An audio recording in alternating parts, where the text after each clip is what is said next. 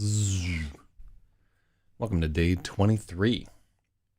Let me ping specifically.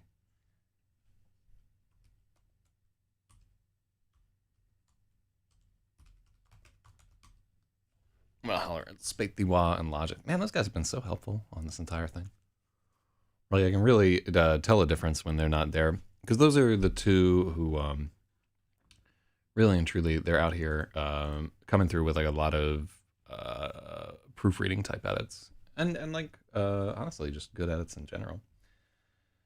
But I think it may be a little too early in the morning for anybody but you, single viewer, who's out there somewhere taking a gander at this. So this is day 23 of editing my science fiction novel, Lemon, Maybe, and the Electric Lady. You can see in 23 days, we've gotten through 200 pages. Oh, cool. So Spathiwa has a call in an hour, but he'll be here for a hot second. Cool. We're gonna work. Let me get an hour in of time. That anyhow. So we're at a pivotal place. The end of day one is sort of where all the threads start to connect here. So everything's going to be relatively fast-paced. We got through a really sinister and creepy scene yesterday. That is, I'm glad that that's fucking done. It's one of the creepier scenes in the book, but you know, feel free to kick in your vote if you feel that others are creepier. I don't know why, but today, one of my screens. Yeah, it's a from time to time, the device that's picking up the HDMI or whatever just gets like a little darker than the other side. So, well, I'll take a look at that after the feed. It's not the end of the world. Maybe it's a break for your eyes from that harsh, glaring white. So this is chapter 19. I'll be good. That's Lemon, Maybe, and the Electric Lady by Zak Zyz. This is 1:15, 9:56 p.m. at the Orphan Basin in Newfoundland. I think this is maybe the only chapter that takes place outside of New York City. It's been a rough jaunt across the Atlantic, and it's getting rougher.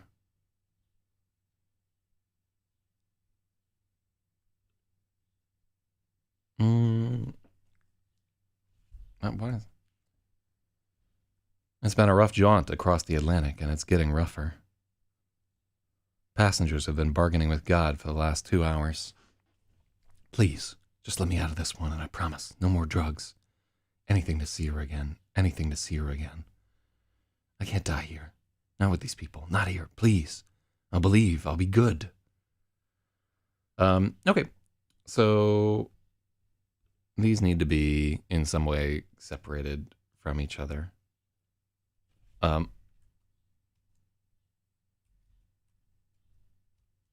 Actually, more so than that, what I want to do is put them into just one paragraph. I'd love them to be like separated by asterisks or something like that, but okay, yeah, that's better. It just didn't work with each of them on a separate line because it just take my word for it. Please, just let me out of this one, and I promise, no more drugs.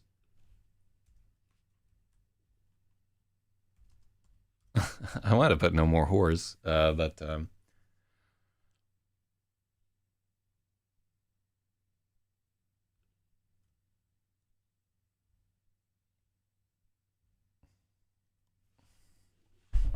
bucking and shucking. What the fuck am I doing? No, shout out to Skip Donahue right there. It's early in the morning. Stayed up late. I rolls a fat jack to get my head on straight. All right.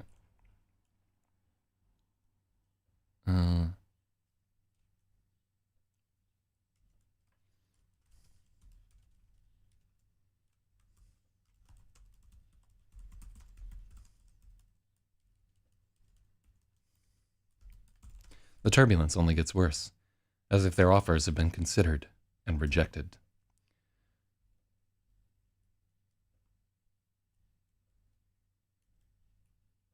I think at some point I determined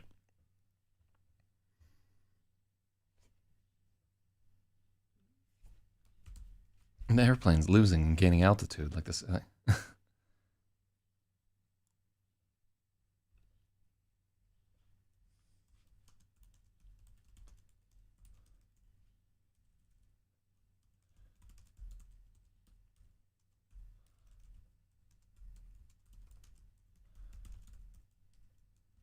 747 is losing and gaining altitude like it's jumping rope.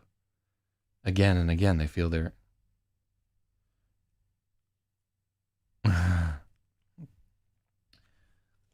The 747 is losing and gaining altitude like it's jumping rope. I wonder if that image fucking works. You ever been on one of those planes where it's like, you know, that shit is awful. I do not like flying in the first place, and I definitely don't like it when it's super fucking rough.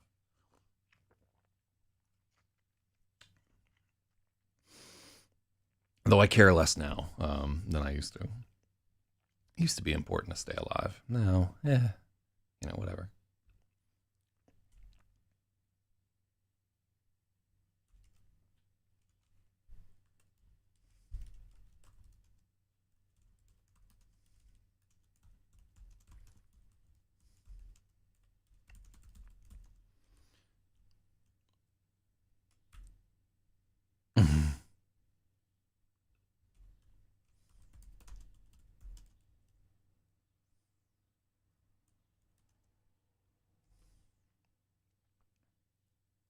Hands grip armrests with enough force to create artificial diamonds. That's a little much, don't you think?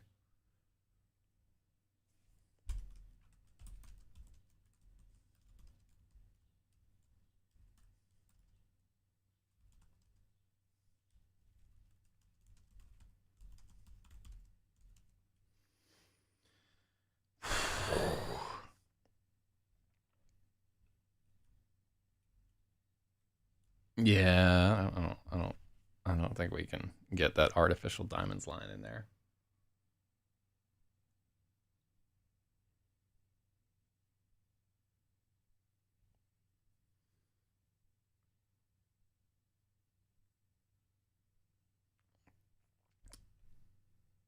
Change away from using contractions. Yeah, I don't know which one you meant there.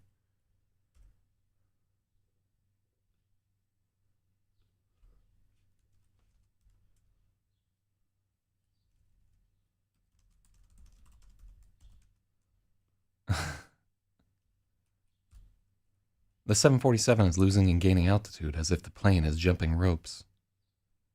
Stomachs churn in free fall, and someone always screams.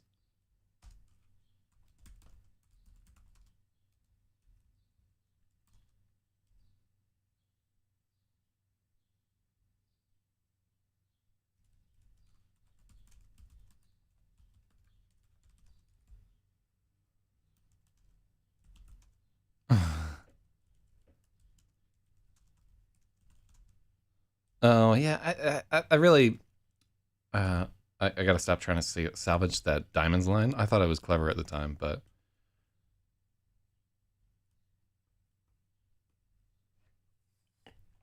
oh, how can we? I really want to say that, you know, because you've seen the fucking. Oh, like, we don't want to get into white knuckled. I don't think I'm ever gonna be able to say white regularly again. It's just so fun to say white. How many other places do you get to make that noise in English? And unfortunately, I'm in the northeast of America where it's sort of acceptable to do that. Like, you have to either be in the deep, deep south of Texas or in the ass end of Maine to say white and not have people looking at you like, what is fucking wrong with you, dude?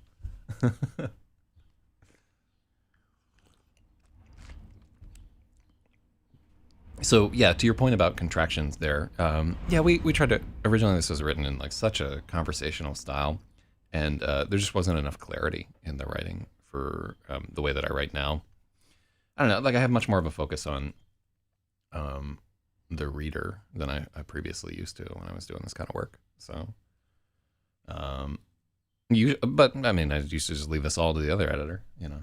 I didn't have to fucking sort it out. Yeah, Stewie from Family Guy. All right, what do we got here?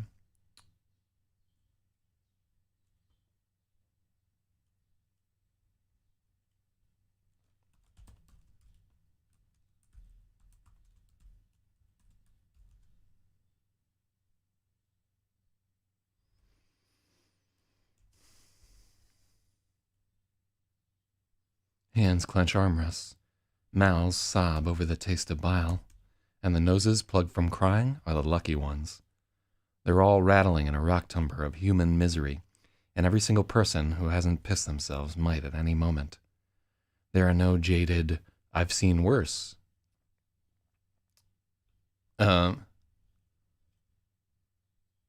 Italics.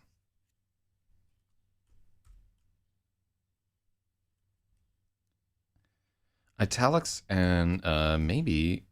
No, we don't hyphenate that phrase. There are no jaded, I've seen worse business travelers. No brave faces. And yet, the ordeal... we don't need it yet.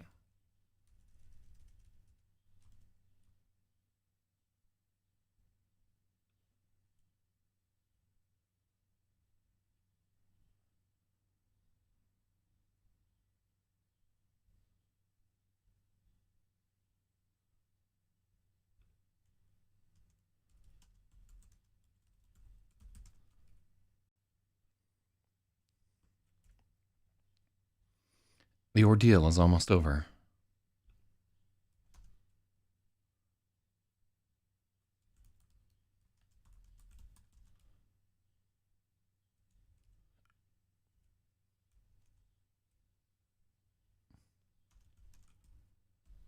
The ordeal is almost over. They're on their final approach to JFK.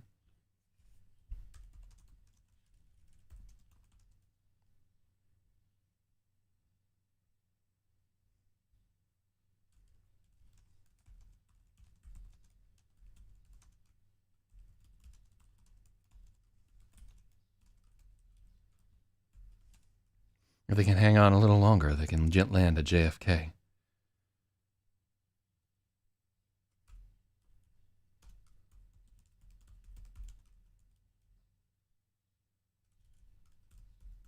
Okay, so we have to put airport there because not everybody knows what JFK is. I was just out at JFK fucking yesterday, by the way. It's weird to be at the airport now. There's fucking nobody there, man. You'll see like one or two planes in the sky. And then I went out to the beach, which is also like a little bit weird, but there's, it's just not as crowded as it would be. Just about everybody wearing masks. Everybody keeping like 6 feet away from each other. Like they're doing an okay job in a lot of places with this shit. But then on the way back, I saw like a whole group of people like that had gathered to they were like having a parade or like a party or something like that in support of somebody, I guess, who it seemed like they had leukemia or something. But they were just standing in like this big fucking crowd at like a party. And I'm like, what if like, you know, all those people get fucking sick from being on top of each other? And then there's this fucking, you know, they're like rallying to support some dude who's sick, and then they just all fucking get it. Oh, it's rough. Yeah, I also, that stretch of, I was like out on Far Rockaway Beach, and oh my God, they're just like dripping with like flags and fucking God Bless America signs and salute our first responders and everything. Like all that shit is real gauche. Wait, is that how you say that fucking word? In so Skip Donahue says, I always say right cheer, not right here. I'm a fan of The Wire. Yeah, I'm from New Orleans, and that's how we talk down there. Yeah, when I would drink a lot on the stream, not this stream, because you can't drink and edit, but when I would drink a lot on the stream, you would just hear me get progressively more southern as the night went on there. But I've been in New York for a long time.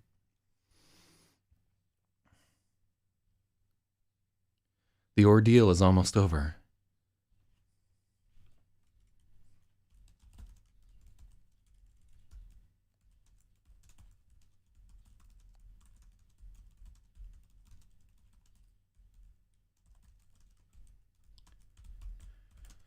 If the plane can hold together just a little longer, they'll make it to JFK Airport.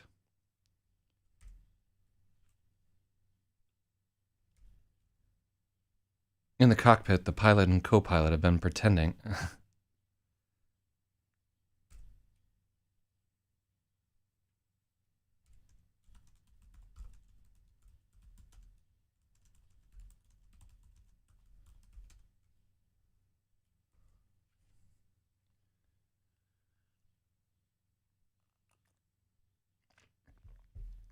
Gauche. No. Does that even mean what I fucking think it means? Hold on.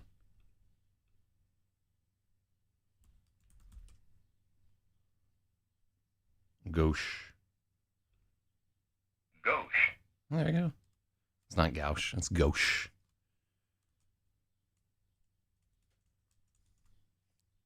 It's a good insult, by the way. Get the fuck out of here, you gauche nitwit. Yeah, I like it. yeah, I could. You gauche dunce. I really been enjoying dunce recently as somebody that like really you can really put some fucking mustard on that one. The emphasis is, yeah, yeah, dunce. It's just it's a good percussive word, and it's fallen like a little bit out of favor to the point where people are taken off guard by it. Like if you call somebody a retard, it's like okay, I've been called a retard since the day I was born. Fucking doctors, special ed teachers, etc. You're not telling me anything, new guy. But dunce is like a fucking new one. From time to time, you gotta just mine some of these old insults and bring them back to the fore.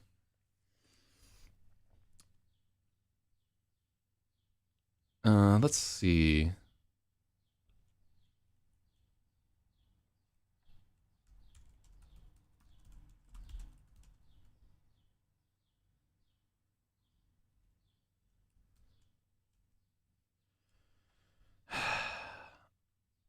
Hold on. Let's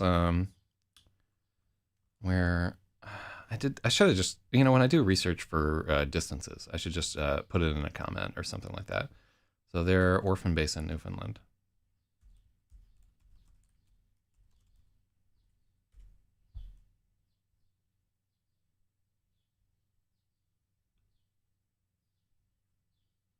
Yeah, they're right there.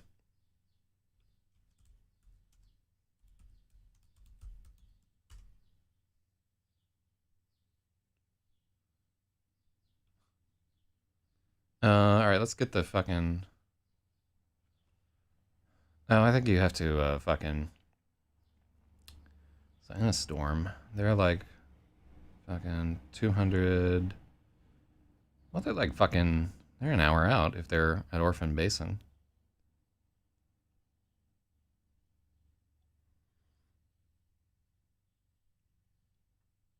Yeah, probably. It's weird that it would be weird for them to be flying through fucking Orphan Basin too. Um, let's let's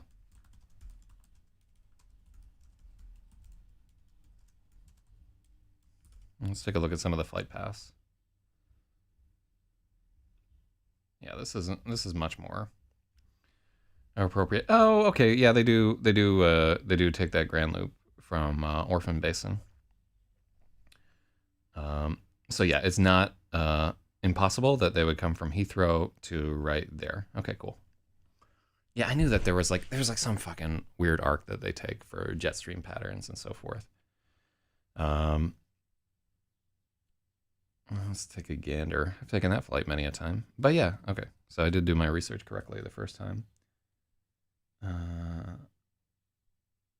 Yeah, it's cunt is a good word, really and truly. It's got a nice sound to it. Like even when somebody's calling you, you're like, oh yeah, cunts. Those are nice. Yeah, I wish I had one of those here instead of this fucking cunt. Oh, love it.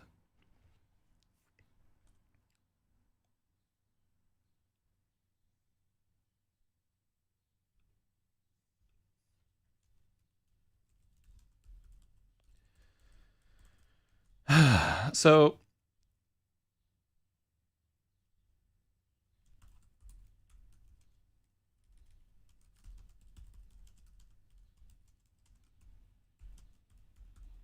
yeah, so we just have like a little timing. They can attempt to land at JFK Airport. I don't like airport there. Yeah, somebody's just gonna have to figure out. The ordeal is almost over. If the plane holds together a little longer, they can attempt to land at JFK.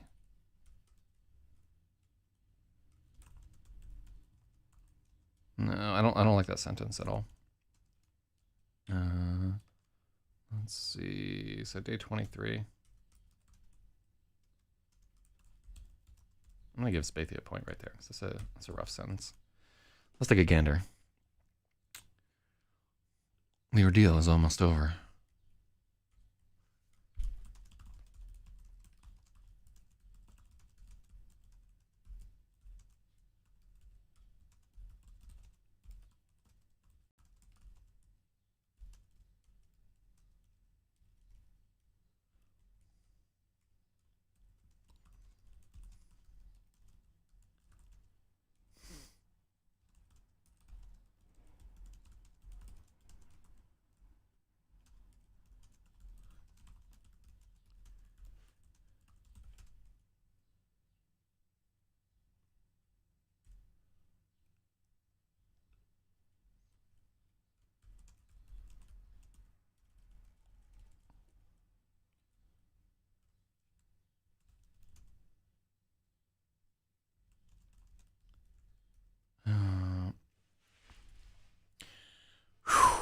Yeah, this is a. I don't like that paragraph at all. Let's just cut this. Yeah.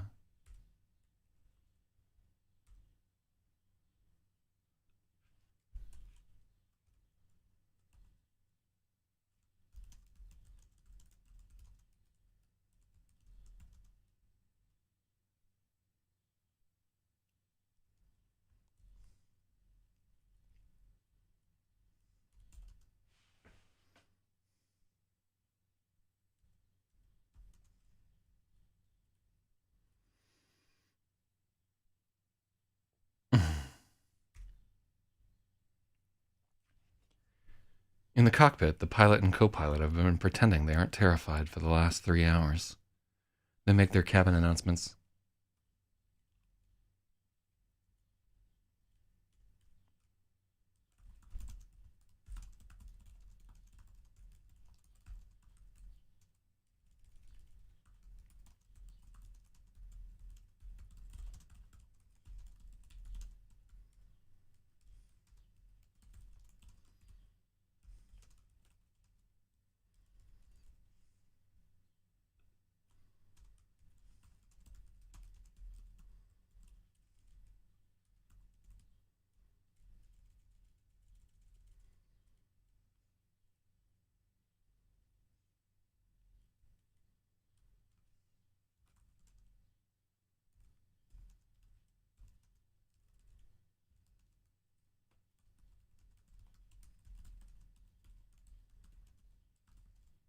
Mm.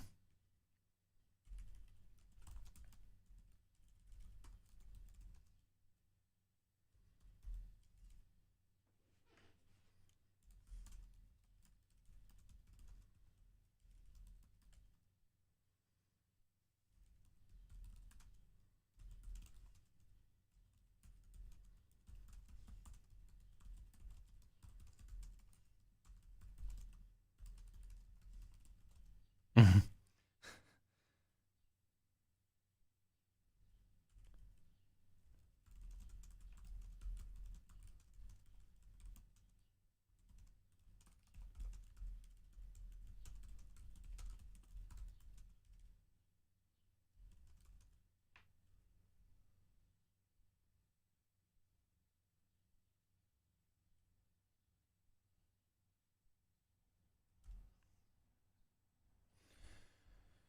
Whew.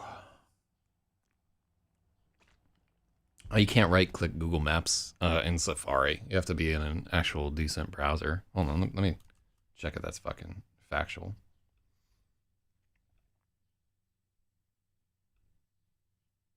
Yeah, see, like one, ugh, fucking, yeah, like, oh yeah, you can do right-click, but it just renders awfully in this fucking client.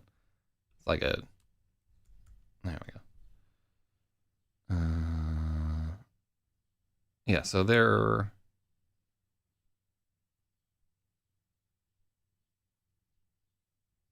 measure distance, and then they're fucking ugh.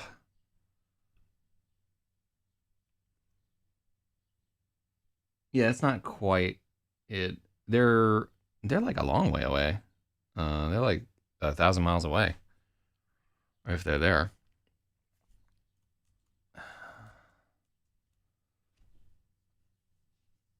So realistically, our problem is that they can't be at the orphan basin here because they're gonna land fairly soon here. So yeah, orphan basin do something for the last 2 hours. Okay, so.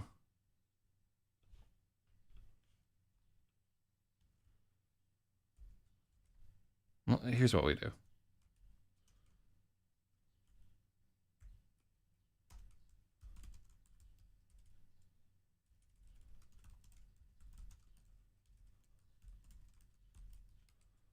Does that work? Would they be at the sound?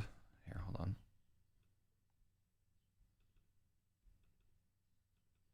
Yeah, I think they'd fly into the Long Island Sound.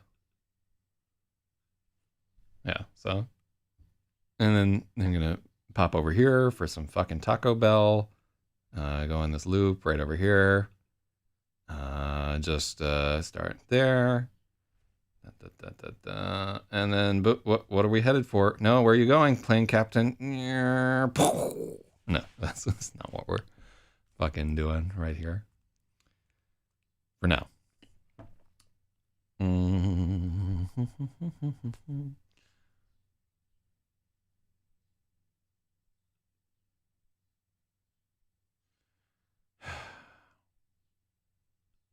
Okay, so if we zap the orphan, we just have to take the orphan basin out of there. Oh, you know what?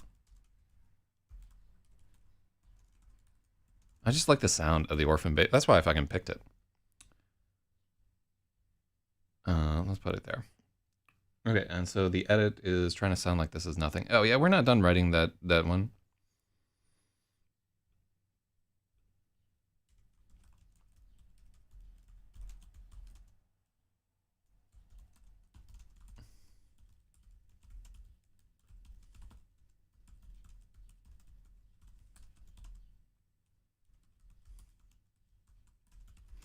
The captain's voice pipes over the intercom to reassure them every 5 minutes, but nobody buys it.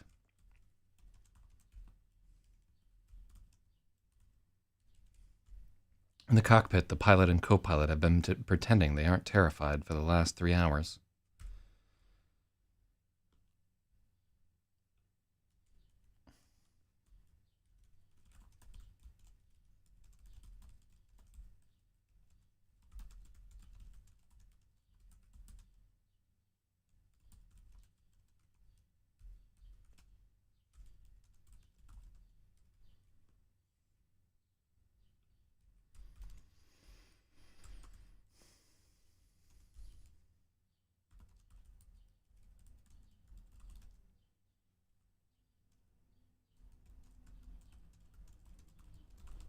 It's going to be a wicked landing at JFK, if the plane holds together long enough to get them there.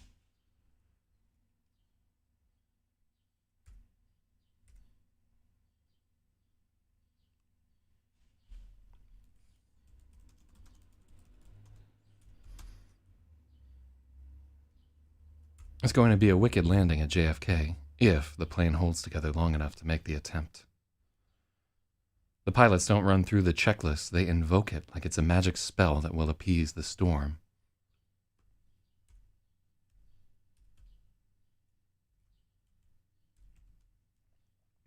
That's almost semicolon territory right there.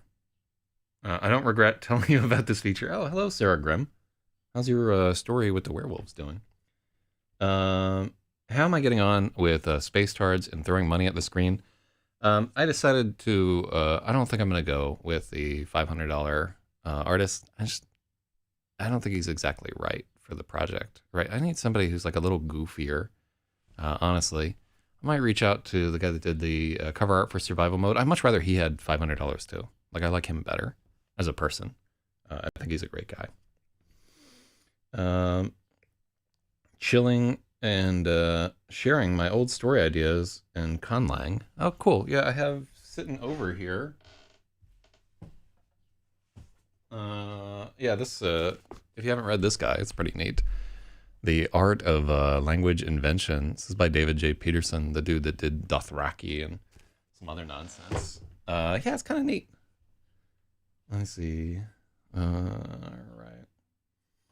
How am I getting on with Space Cards throwing money at the screen? Yeah, I just fucking I don't want to spend $500 more on that guy. I'm gonna fool around with the existing cover and see if I can do something with it. I might just try like a text treatment and just get rid of that cover. Which is to say, like, I spent the cover money on fucking a capture card for something else there. I am gonna work on the audiobook though. I want that to release simultaneously, and I've been doing more thinking about how I'm gonna record the audiobook. One of the things that I want to do is, because there's so many characters that I've got to keep together, is I think I'm going to try and decide on a voice for each of these characters and record kind of like a palette of the different voices that I'm going to try and use. And then when I have to do one of these people's lines, I'll listen to what they're supposed to sound like so that I don't lose their, like anybody who's seen me trying to do accents, I just lose the accent within like a line or two. Let's see. But yeah, like I haven't ever everything that I've ever read as an audiobook has had like at most like 2 or 3 characters, and there are 20 fucking characters in this. And if you listen to an audiobook, you can't read all the characters the same. And it's not like you're acting out each line. Audiobooks are like half acting, you know? And I don't mean half-assed. I mean, you don't put as much emphasis as you would in regular acting because the reader is filling in like a certain part of it there. But the characters still have to be distinct and distinguishable from one another. And they have to have a consistent voice throughout. And that's one of the things that I'm most worried about. It's like when I'm not like a good actor. I want to say I'm okay. Like I've acted in stuff, but I'm not. It's not like my wheelhouse. Like I feel when we're writing, I feel like I can play in the fucking major leagues. But when we're when it comes to like acting, I'm definitely a little league or like drawing or something like that. And it's but I'm looking forward to the process. I'm gonna give it a shot. But I'm gonna make use of the time while Spaethiwa is here because he is a fucking all-star at this. The pilots don't run through the checklist. They invoke it like it's a magic spell. They invoke it like it's a magic spell. Let's take out this. They invoke it like a magic spell that will appease the storm. Love that line. And if you've ever been in like a situation where shit is going wrong and where you and somebody else have like a checklist that they have to follow, holy God, are you glad for that checklist? Like, do this, do this, do this. It's just like the list is like the fucking 10 commandments to you in that moment of danger to your lives and persons.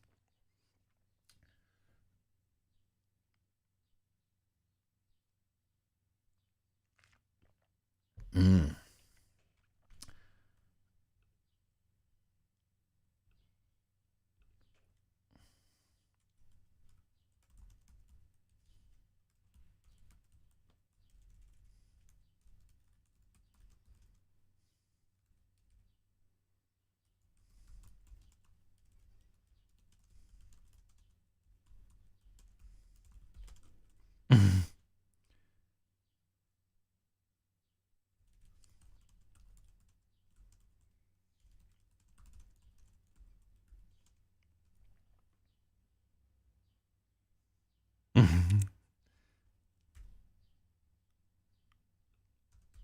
The co-pilot's thanking his lucky fucking stars it's not on him.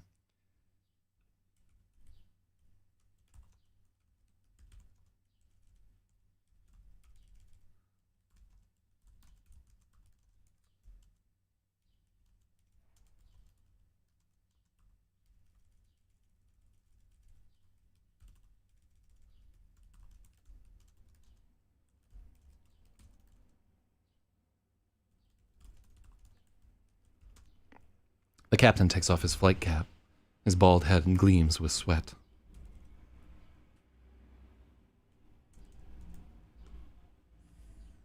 Okay. Pleblang. Is that the language of plebeians? Pleblangian. Alright, what do we got here?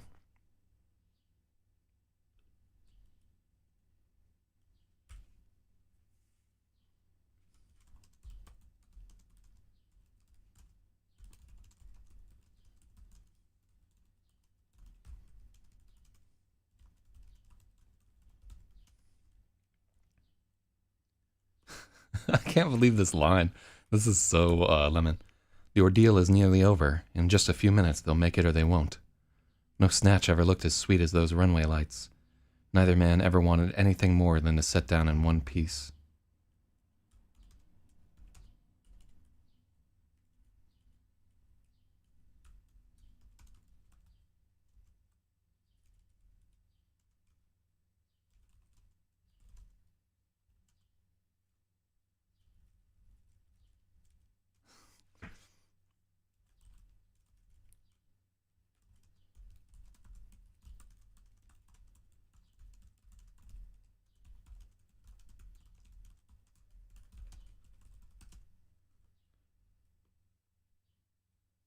Okay, so we need to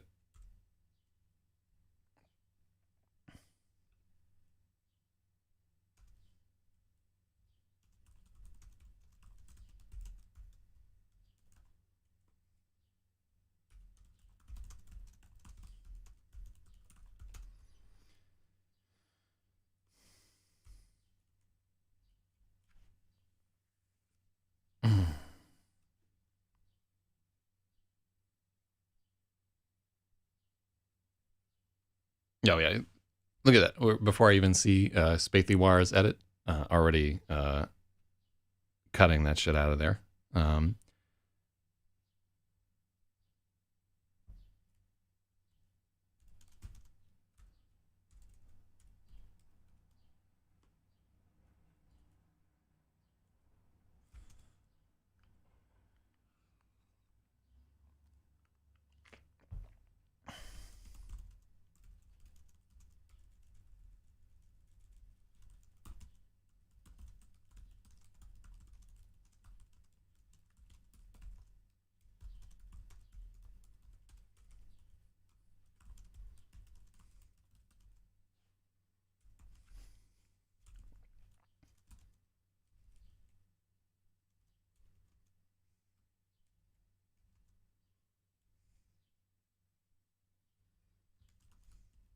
Mm,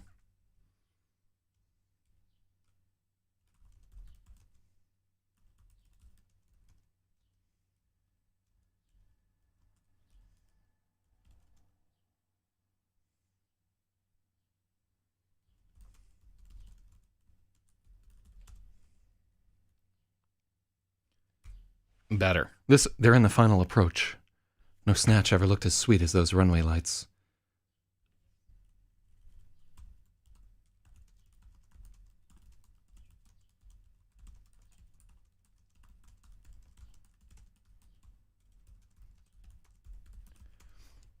No snatch ever looked as sweet as those runway lights. Neither man has ever wanted anything as much as they want to sit down in one piece now.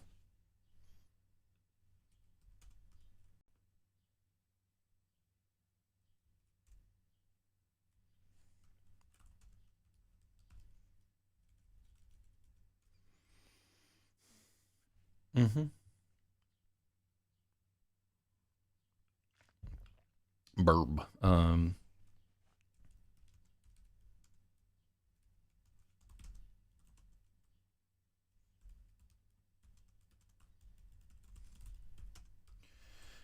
So here's a good spot to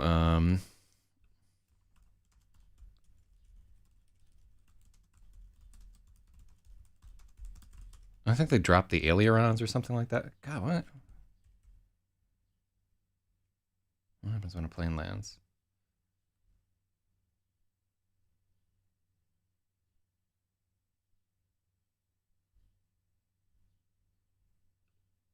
Touchdown. Alighting. Oh, so alighting is when you land in water.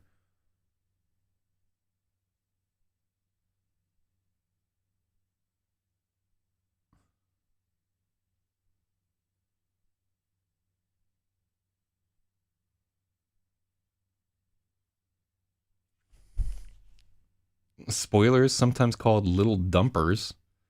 Um,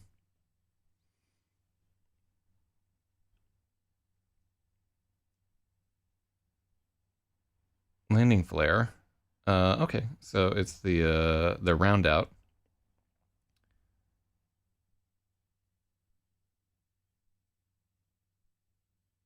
In large airliner, pilots land the aircraft by flying the airplane on the runway. Okay.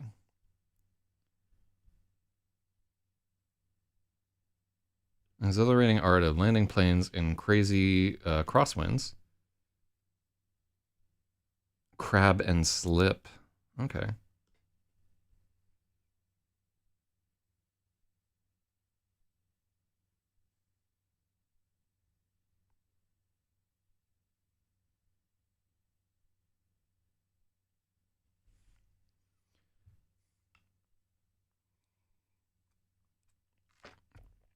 Mm-hmm.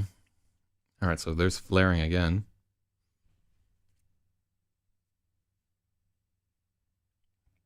Shout out to Dark Mage with the crabbing.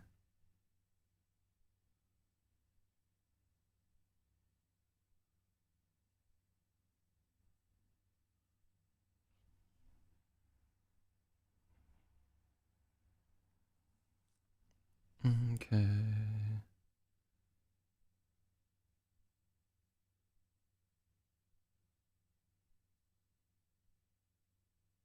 All right, so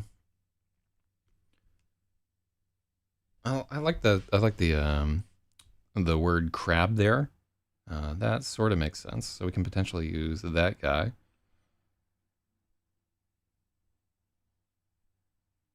Uh,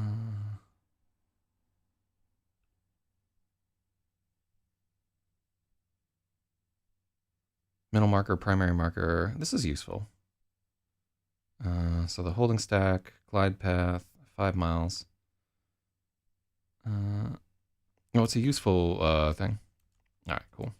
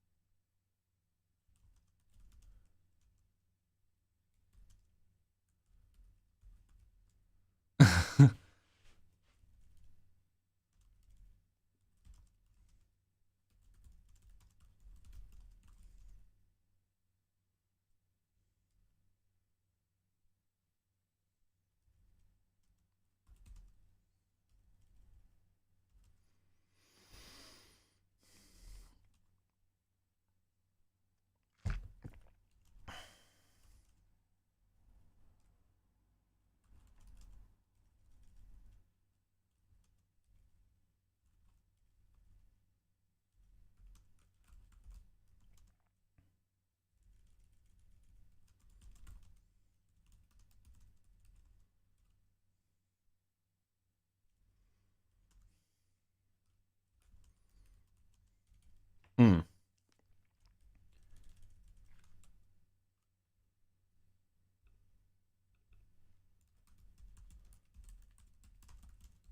Maybe we can talk about the maximum crosswinds for a.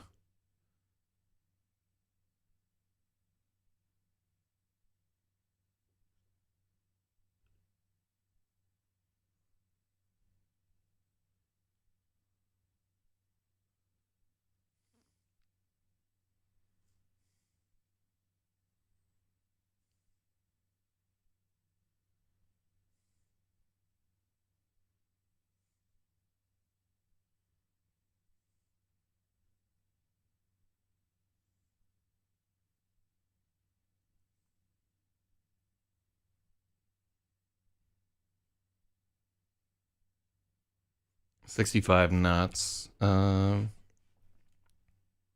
they won't open the door if it's more than 40 knots. 30 knots. Okay. All right, cool.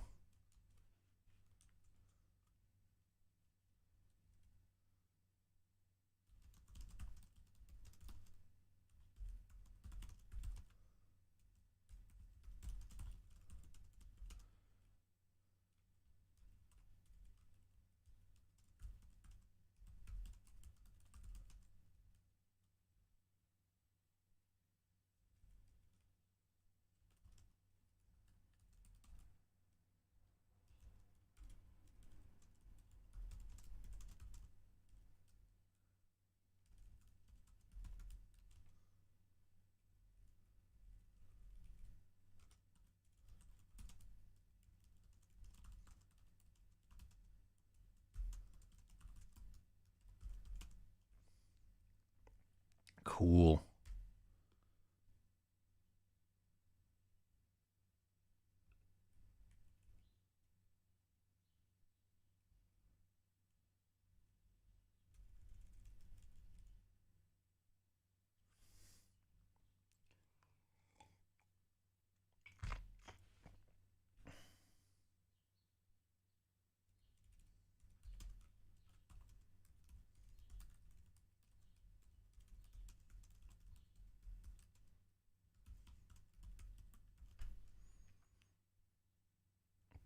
The crosswinds leap to a perilous 40 knots. They'd divert if they had the fuel, but they don't. This is it. Ahead in the darkness, a boy stands on the roof of a stolen police car, waiting for them. Nice. It's just 2 pages, and it took like fucking forever to get through there. All right, that's a little bit better. I think we cut off some of the bullshit that's kind of hokey. I like that we kept this line, which I'm going to have to fight with. Well, I don't know. I didn't have to fight a lot with this last editor, which is not a good thing for me. But with my old editor, I would have to fight to keep that in. Oh, shoutouts to Big Daddy Long Dick following us on Mixer right there. Nice. Nice. Nice. Oh, God. Fucking chapter 20. Strap in. We're going to try and get through chapter 20. Because 2 pages is not a good amount of editing to get done in a day.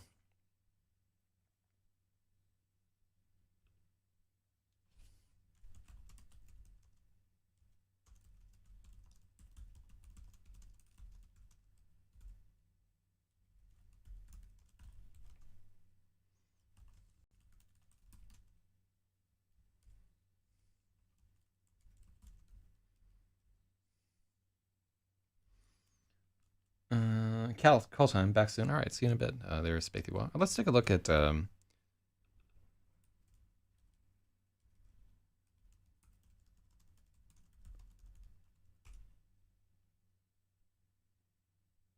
away from the middle, medial, lateral, neuroscience for kids. What directions to 4 forces on an airplane. Drag, thrust, weight, and lift. Okay, cool.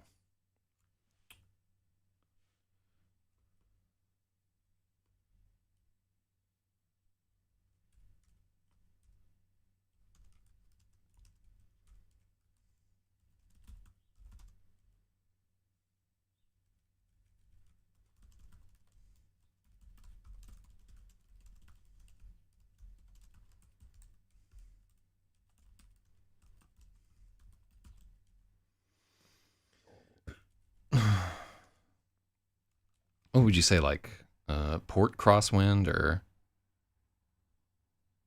I know a fucking pilot. I'm just gonna run this chapter by him and have him fix everything that's wrong because it's so fucking wrong. Aircraft principal axes.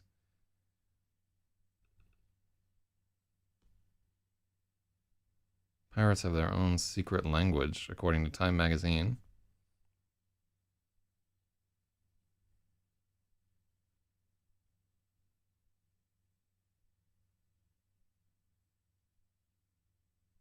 Zulu time.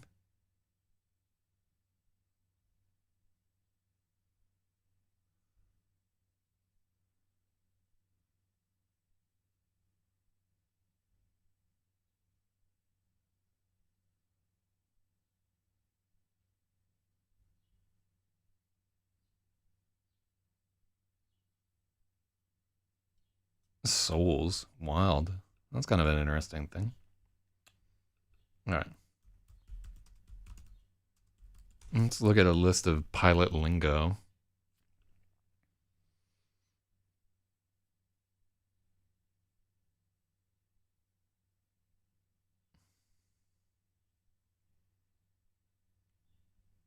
God, I got a lot of fucking.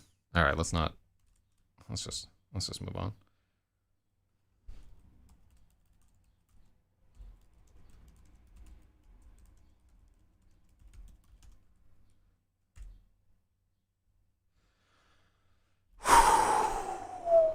Okay, so I'm gonna stand up and walk around for a hot second to prepare for getting through this next chapter. Good God, I'll be back.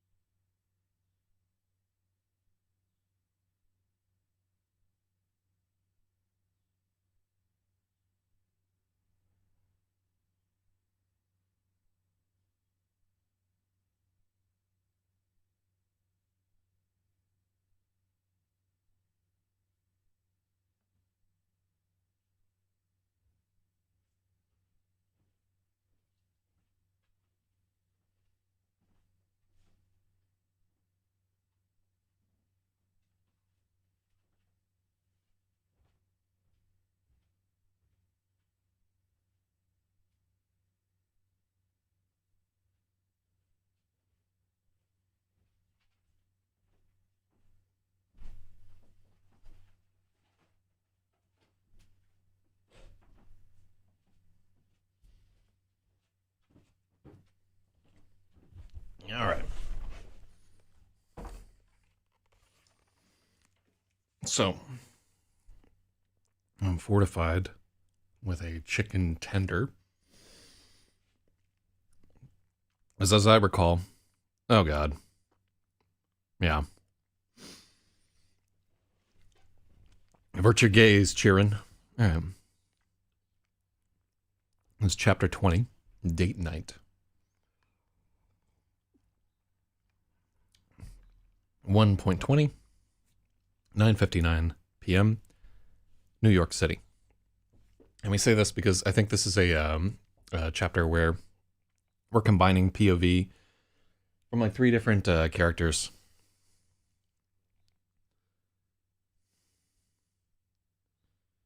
How long do we... Okay, thank God, it's just 2 paragraphs. The storm outside the window was nothing compared to the storm inside of his body. And the storm outside the window is nothing compared to the storm inside his body.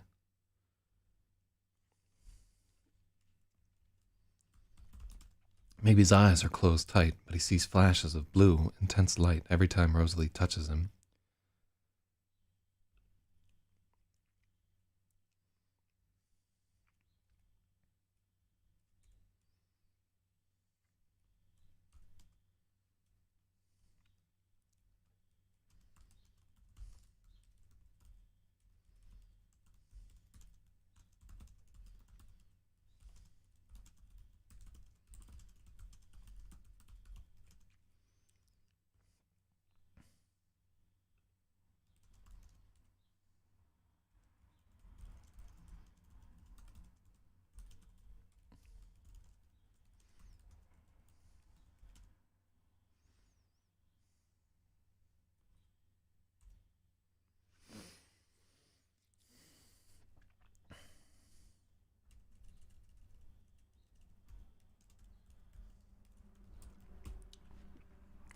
Maybe his eyes are closed tight, but he sees flashes of blue.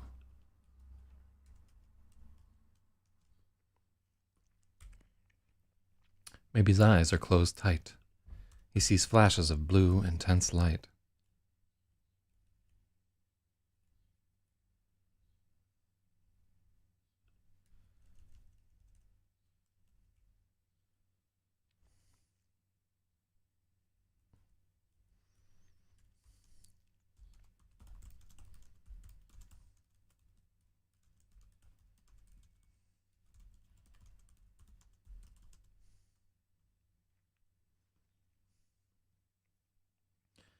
Maybe his eyes are closed tight.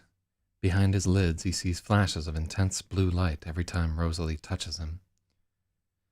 So one of the things that I considered with maybe is like whether or not the idea that his eyes like actually function though he's invisible. So I think reality wise they're just normal eyes, and there's just like a field sort of maybe like an inch or two away from him, where over maybe just like over the surface of his skin that's bending the light there so that he's actually able to see things.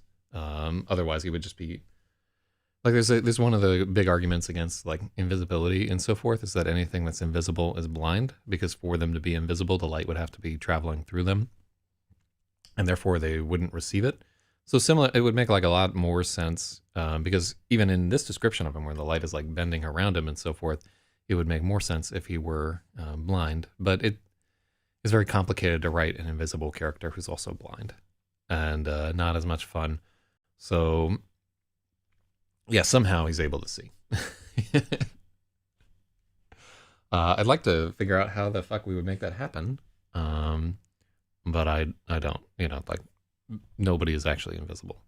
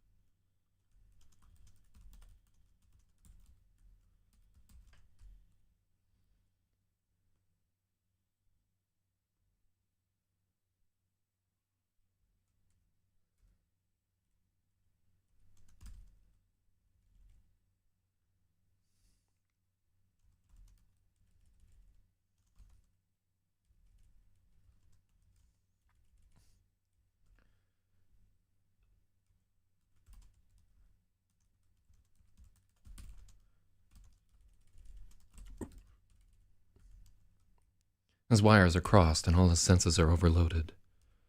Her scent floods through him in waves of heat. Her voice rings in his bones. He can feel it running up his arms, down his legs, tingling in his fingers and toes.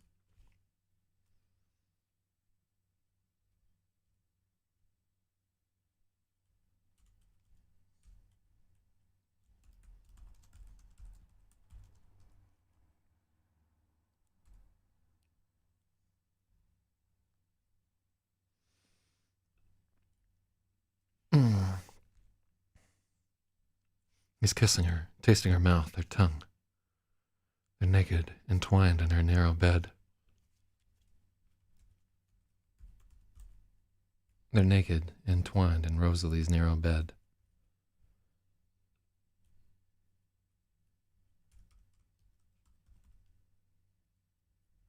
Maybe he opens his eyes to look.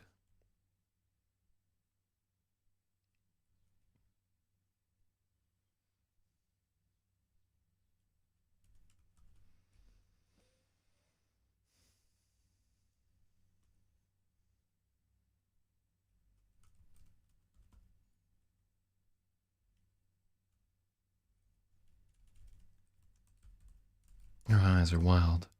The way they looked when...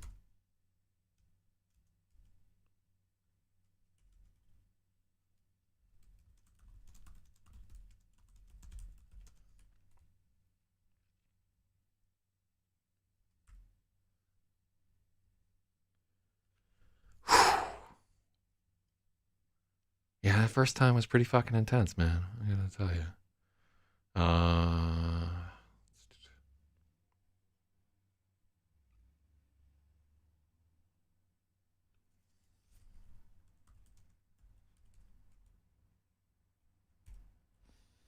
Yeah, I remember like the first girl where I like visited her at her dorm, and she just had like the little twin bed, and somehow my big ass and her, we slept in like that tiny little bed, and I don't know how we fucking managed that, to tell you the truth.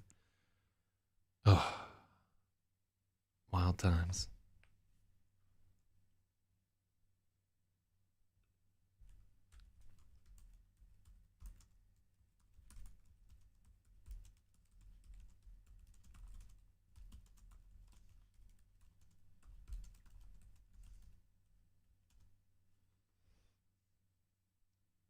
Rosalie's eyes are wild again, like when she held the knife.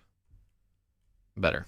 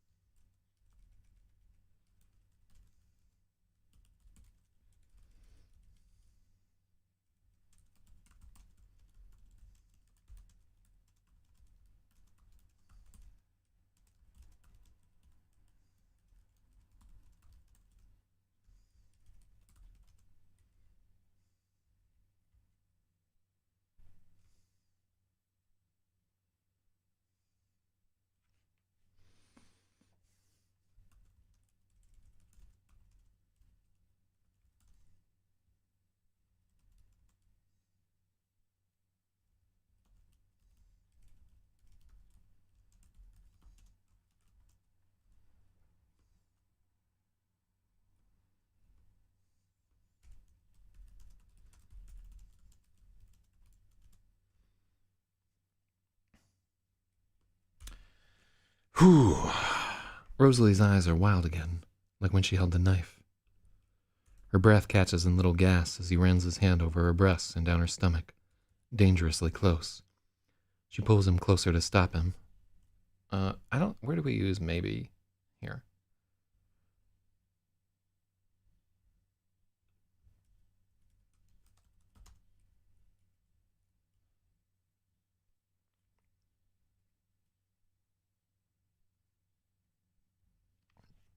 Ooh.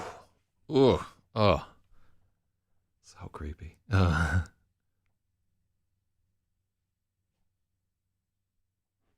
She pulls him closer to stop him, searching for his mouth to kiss. She's confused and terrified.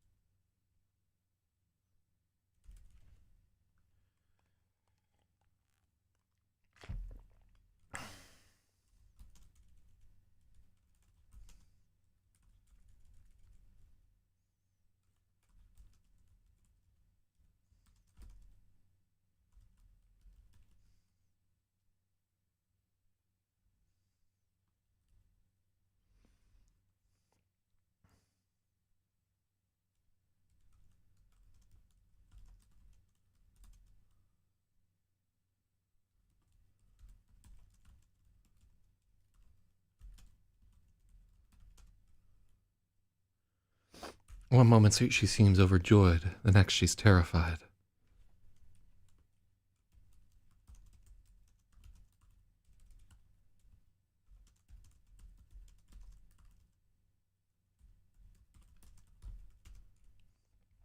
Mady told her he's an angel, and she believes him. She knows she should do this. This is what God wants. Ah. Oh God. Good Lord. All right, well, I'm glad that this is better handled in the rewrite, and that used to be so fucking hokey.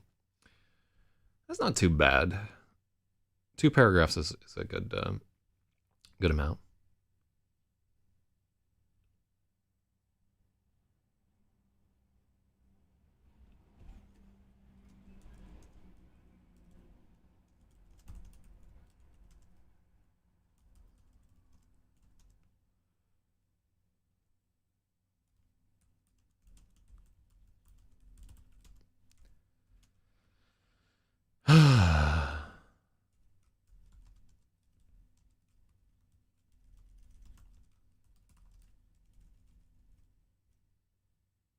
Wait. So Lidov says, sitting in my foxhole, sharpening my knife, up popped the enemy. I had to take his life. Airborne, Rangers lead the way. I don't think that there's any foxholes in the story, sadly.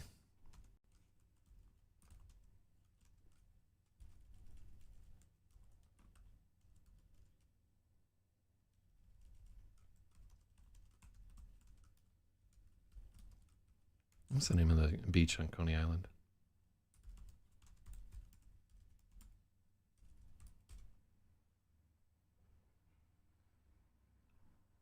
Oh, is it Brighton Beach? God, fucking. It just drives me crazy that I can't zoom in. I should just swap to fucking Chrome. Okay, so she'd be at Coney Island Beach.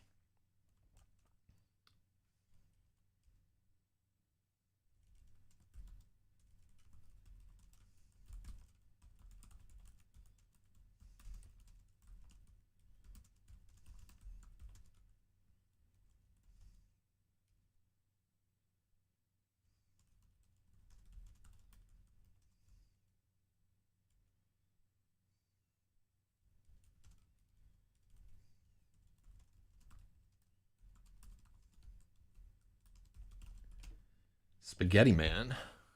Oh yeah, I could eat some fucking spaghetti. I'm not gonna though. So yeah, there anywhere in South Brooklyn, there are going to be plenty of Russians. Bensonhurst, Brighton Beach, Gravesend. They're all over the fucking place. Um, some cute women too, man. It's like it's not hurting my feelings over there. All right, hold on. Let me see. Let me just check something real quick. Okay, cool. So this guy sent me some source file for the first image. Ugh.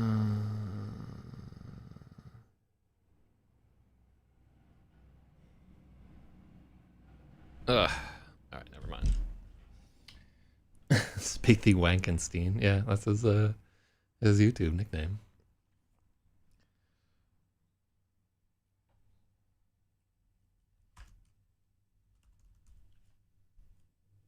On Coney Island Beach, Sarah Shiner sees her own God, written in the sky with glorious light.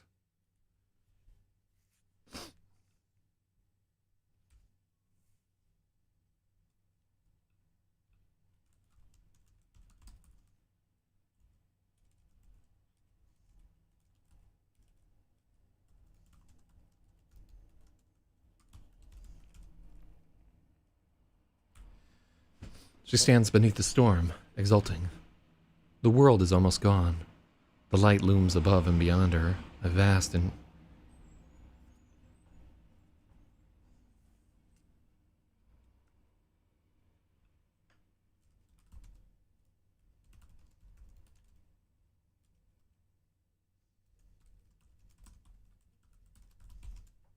the light looms around her and beyond her, a vast and furious entity.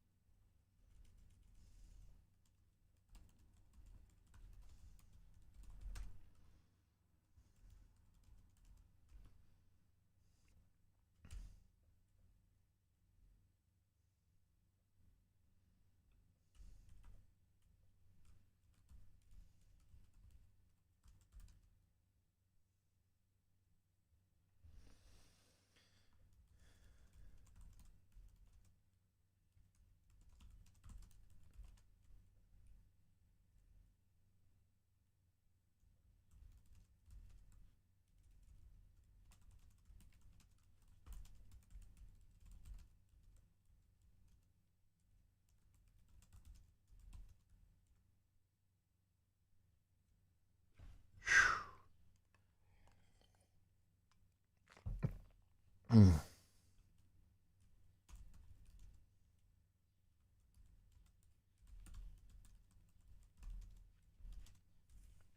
Mm,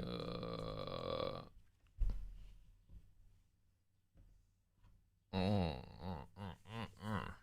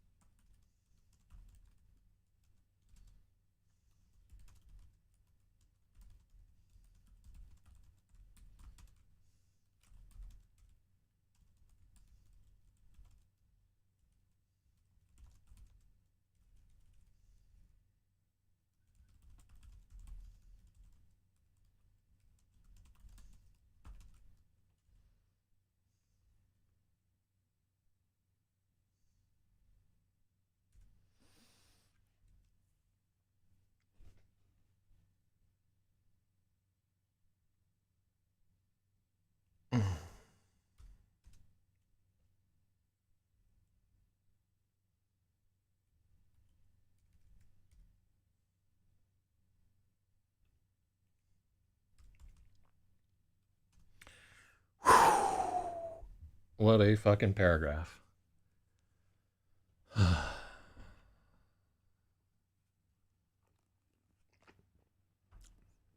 Some of this shit is like physically trying to lift weight, man. I'm telling you. On Coney Island Beach, Sarah Shiner sees her own god, written in the sky with glorious light. The storm is a vast and furious entity, alive with power. It flares in the clouds. It arcs to the sea. It thrums in Sarah and pours into her body.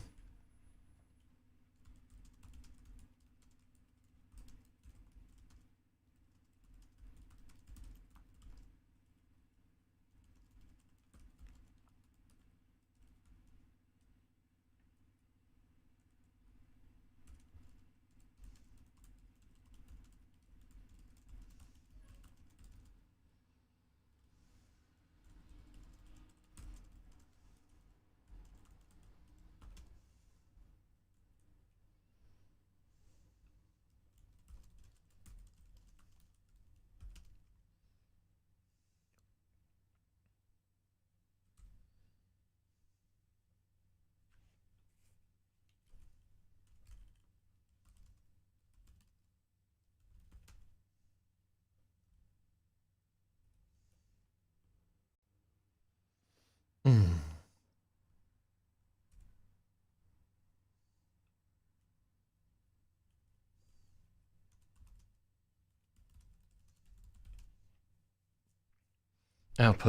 Putting out. There's a great lusty void.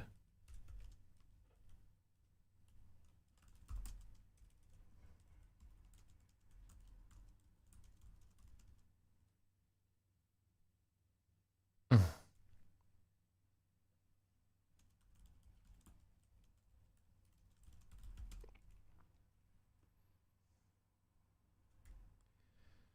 There's a hungry void inside of her. Fingers of burning light are unbuttoning her pants.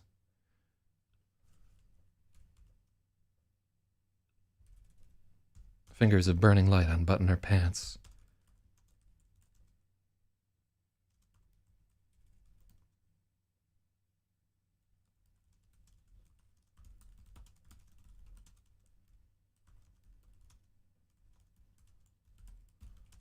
There's a flash like an arc welder.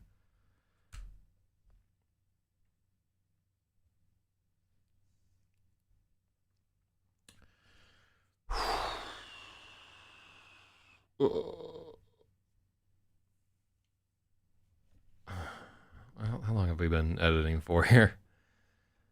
Yeah, it takes a lot of mana to do this. I'm telling you.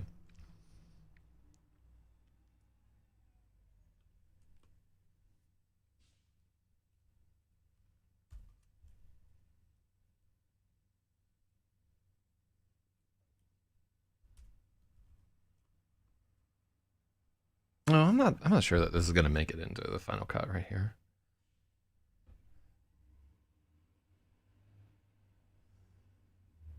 Yeah. Yeah, it's cut. Yeah, it just doesn't work.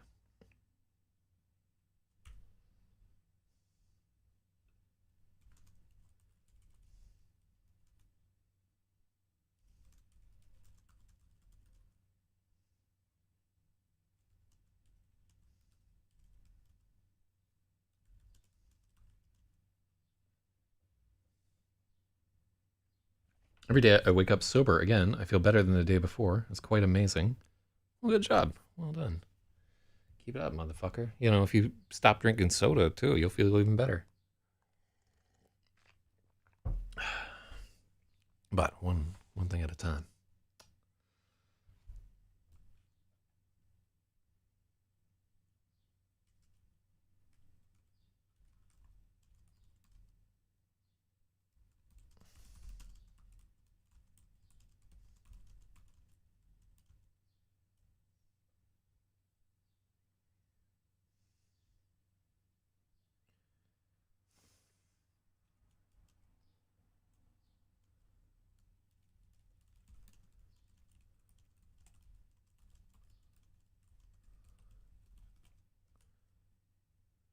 I don't like that. Can't give up all the vices. And I loved soda. Mm, I gotta tell you, I'm much happier now that I don't drink soda. I used to fucking love soda too. I just drank like gallons of cherry Coke and fucking Jolt Cola and Mountain Dew and fucking Surge and all that shit. And I gotta tell you, I've been like not drinking soda for. It's very rare that I'll have any kind of soda at all for like 5 or 6 years. Maybe like almost close to like 10 years now. I'm so happy I don't drink that shit anymore, man. Um, Life is becoming more organized. Place has been clean. Uh, yeah, like I was a Dr Pepper drinker too. I like that shit. But yeah, I'm happy to be freed of that hateful sugar or whatever. All right, but the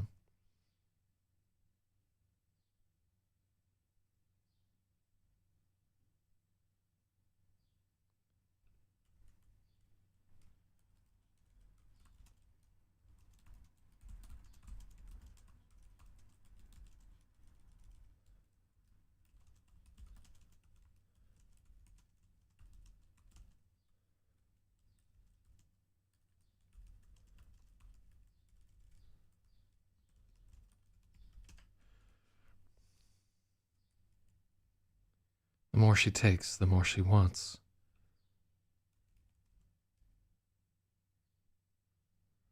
There's a hungry void, and there's a hungry void inside her that wants to swallow the entire storm. Fingers of burning light unbutton her pants. She slips a hand inside.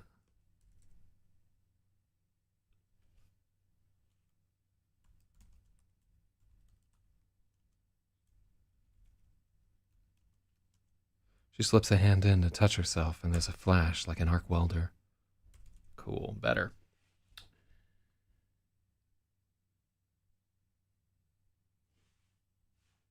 Oh, that's great, Astro.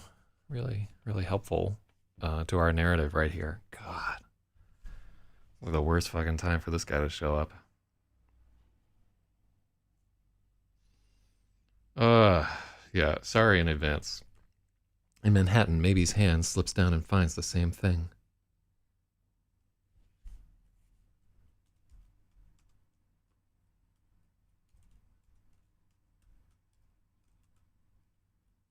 Hair as insubstantial as fog, a perfect, slick softness that sends violent tremors through them both.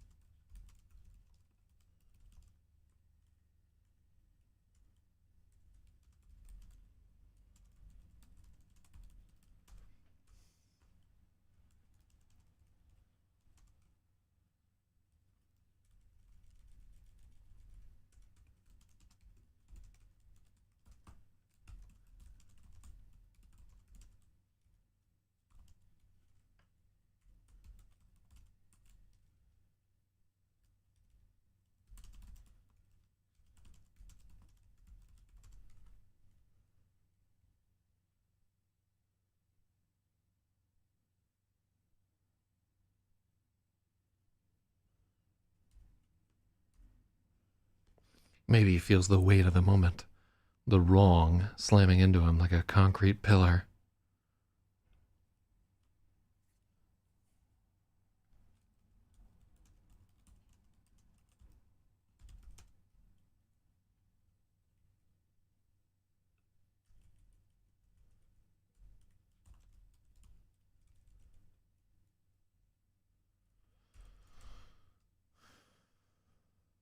The wrong, heavy as cement.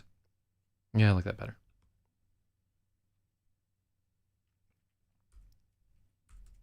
But his blood is surging forward. Everything is red and hot and it's pounding in his ears.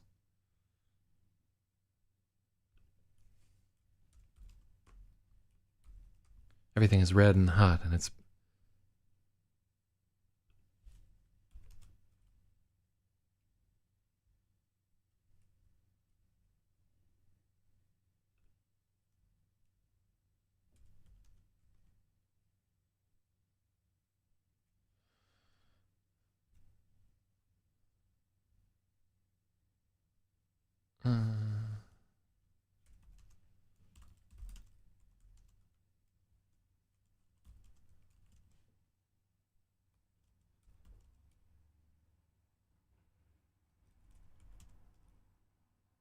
yeah, I don't like that.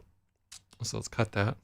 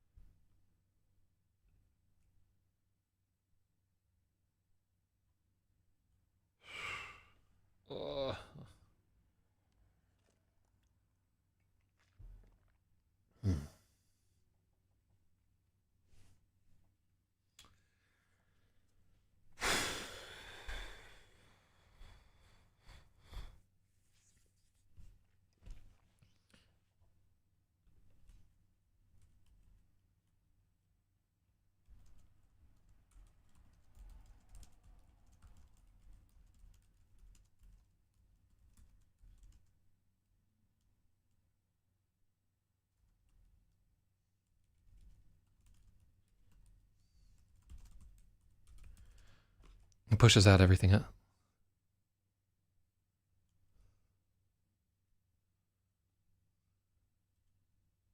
The part of him that wants to stop is drowned out by his throbbing need.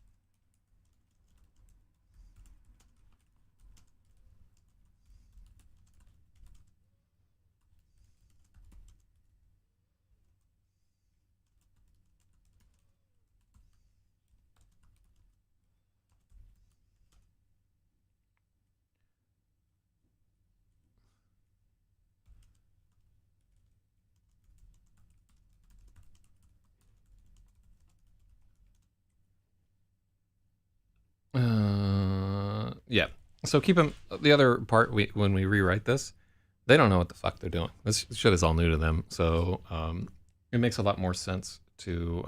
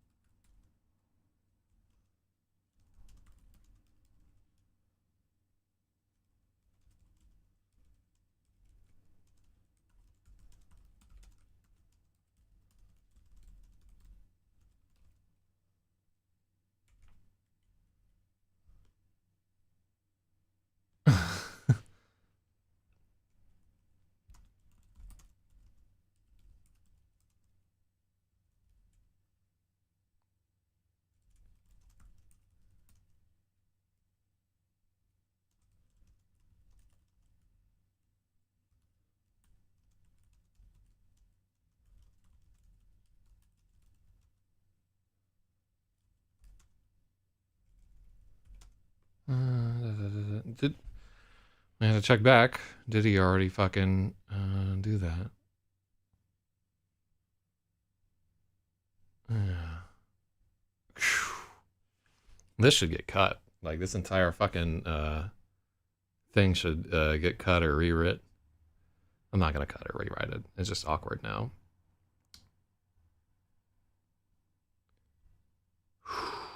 Yeah, I thought we just had 2 paragraphs, but this is a whole fucking thing.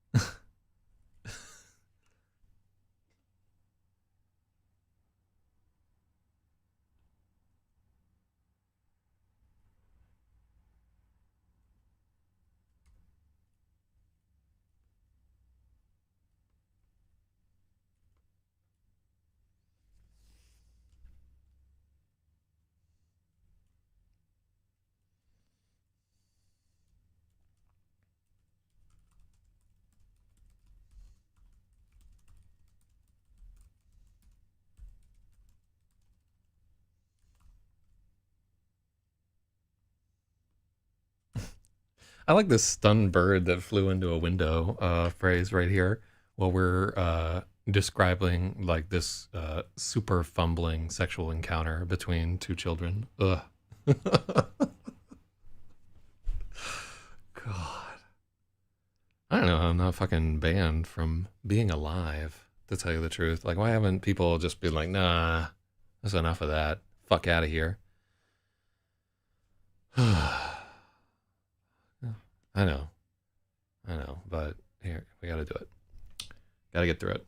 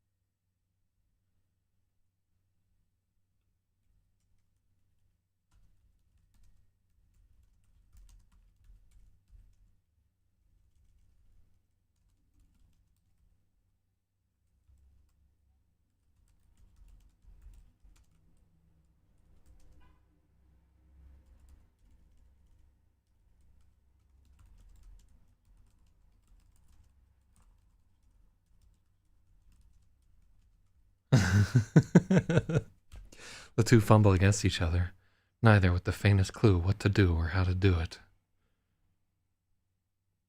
That's better. Yeah, that's a significant improvement right there, where she's just like, oh, a cock, yoink, and he's like, ah.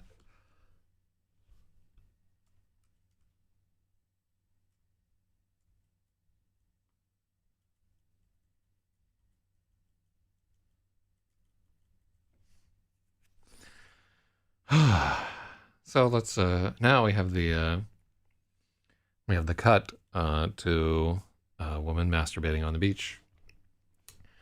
With the rain beating down on her, Sarah knows exactly what to do.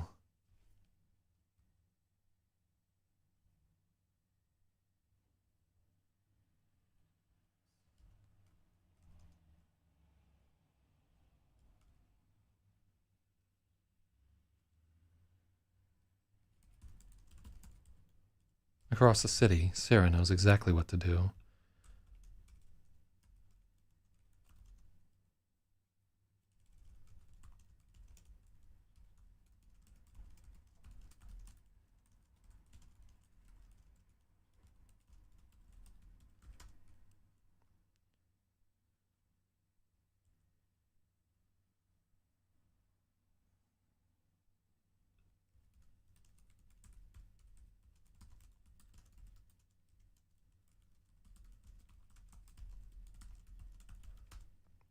There's a roar of sizzling static all around her as the raindrops crackle and burst into steam before they can land.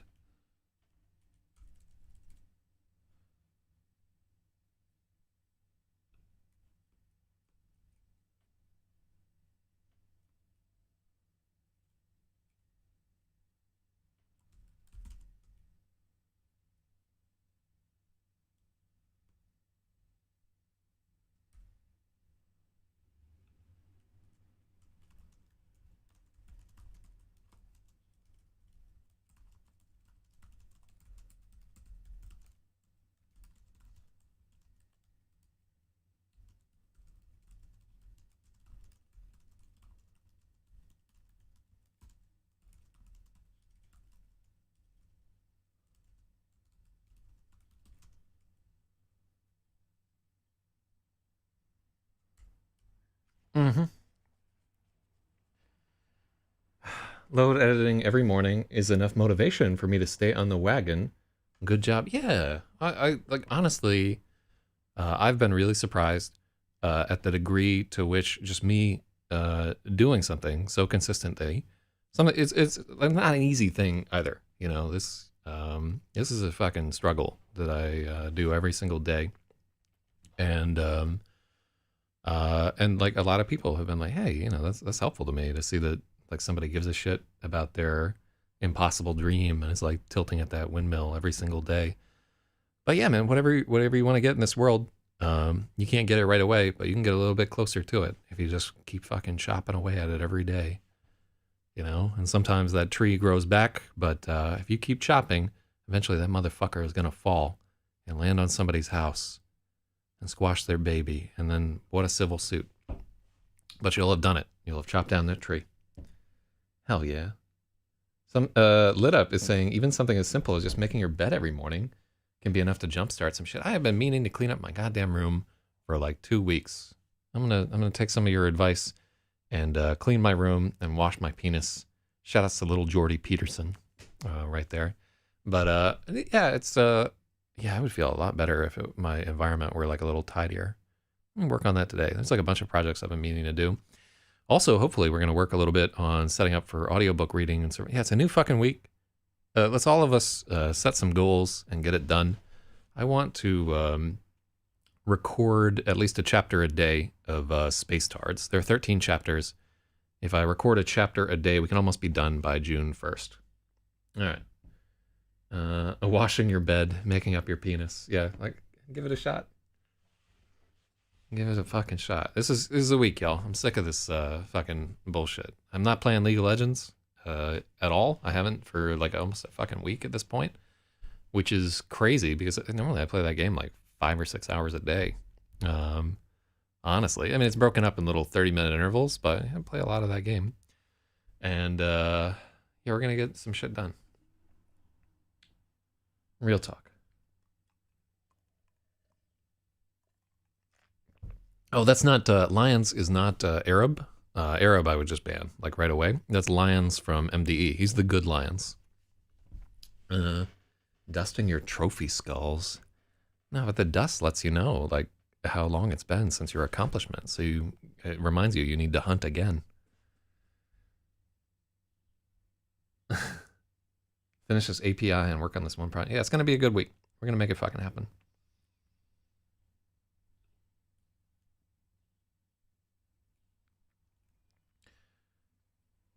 She lies on the beat.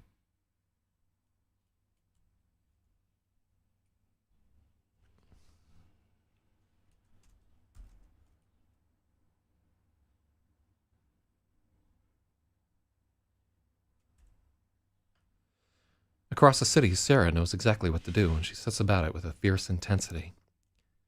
There's a roar of sizzling static all around her.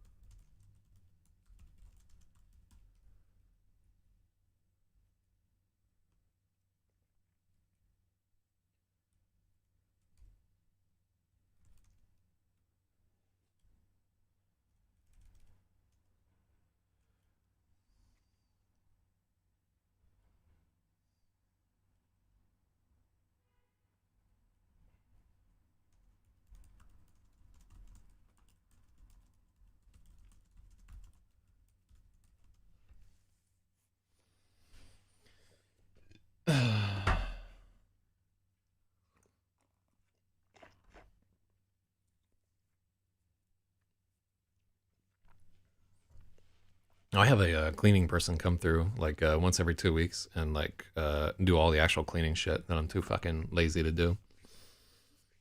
Helps a ton, man. It's not expensive either. It costs like $60 to have somebody come through and for like 3 hours clean your shit out. That's good.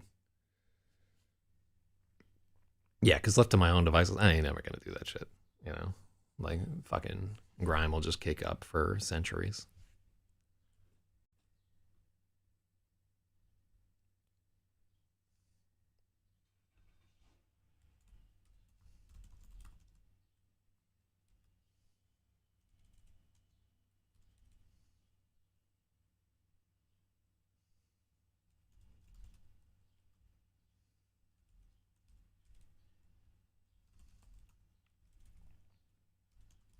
Burning with brilliant light that flashes in the waves and glitters in the raindrops.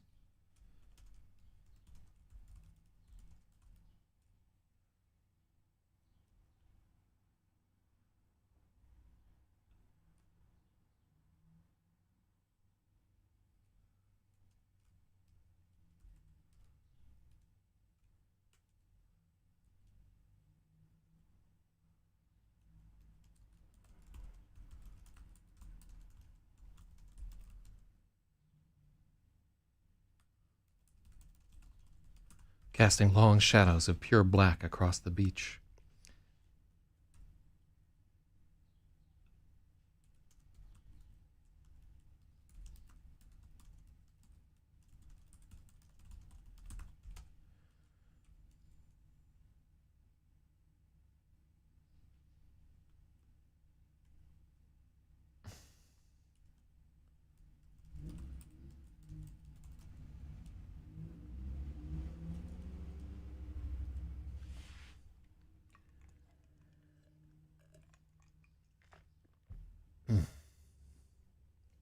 I used to have a housekeeper when I lived in SoCal. She was amazing, but haven't found a good one here yet. Someone dead named me Spaghetti. Spaghetti Wa. Uh, that was awful.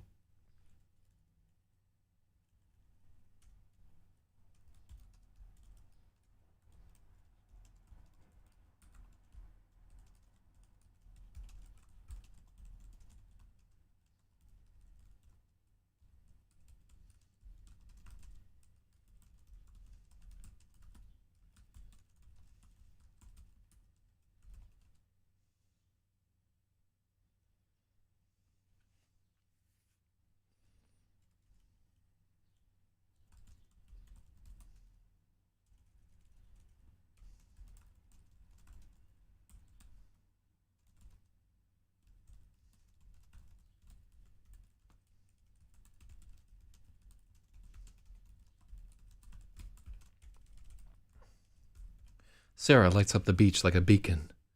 She's burning with a brilliant electric light that flashes in the waves and glitters in the raindrops, casting all else into pure black shadow. So much better. Such a better paragraph. Um, I do like as this is an awkward fucking chapter, to say the least. But I really like the fucking dichotomy of the electric lady jacking off on the beach and these two fumbling people just trying to figure out how to have sex with each other in a fucking slum tenement in Harlem. And yeah, I like the combination of viewpoints coming at the reader. I don't think you're really allowed to get away. I think this is almost as bad and as self-indulgent as the not quite, because it's one chapter instead of 40 fucking pages. But really, this to me is probably as self-indulgent as like the Florian chapters in Wise Men's Fear. Fucking Rothfuss. Like, yeah. I can't even shake my head at that guy either, because like I know. But I'm gonna see if we can salvage this. This chapter probably needs to be edited again in the light of day.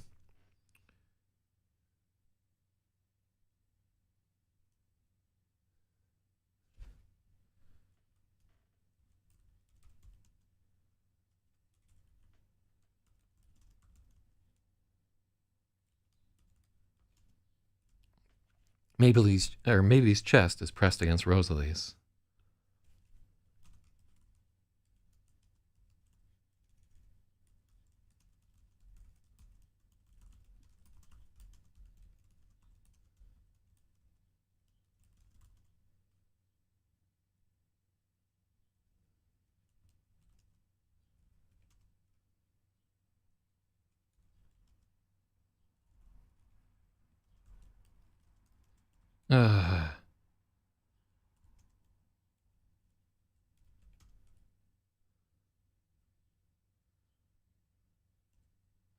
There's no guile, no thought of teasing her. Only that this is all either of them can take.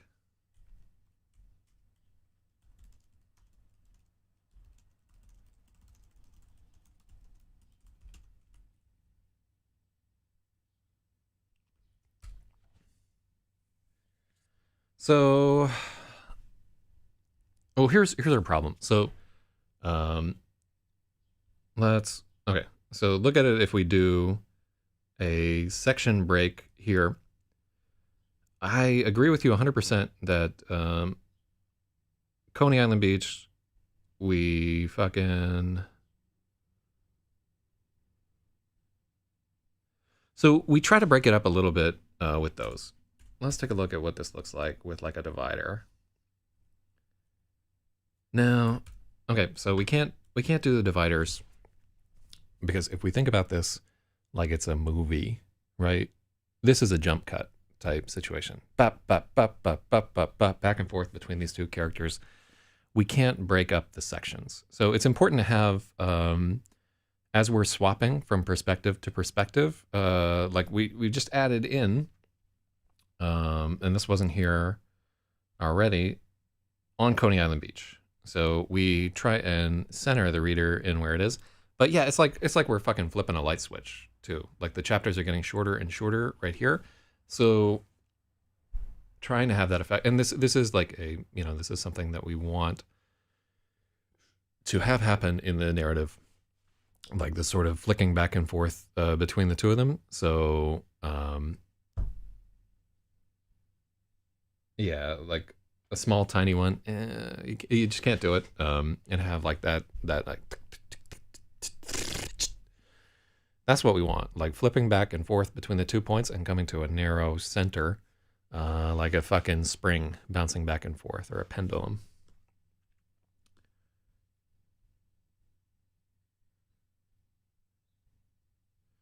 All right, please.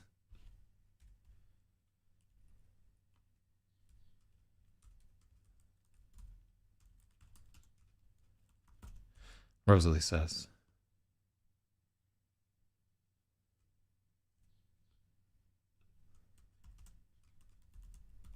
In Harlem, maybe his chest is pressed against Rosalie's.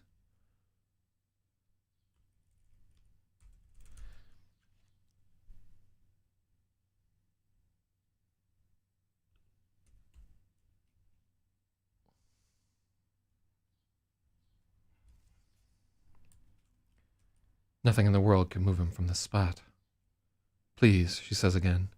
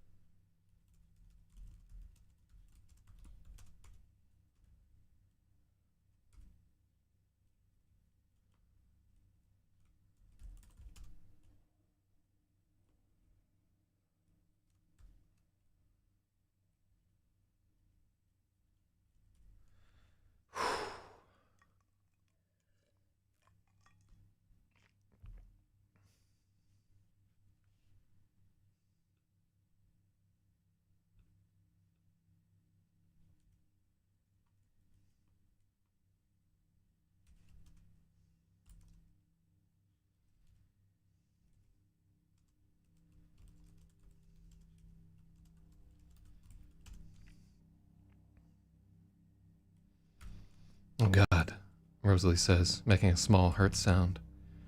He doesn't know any better.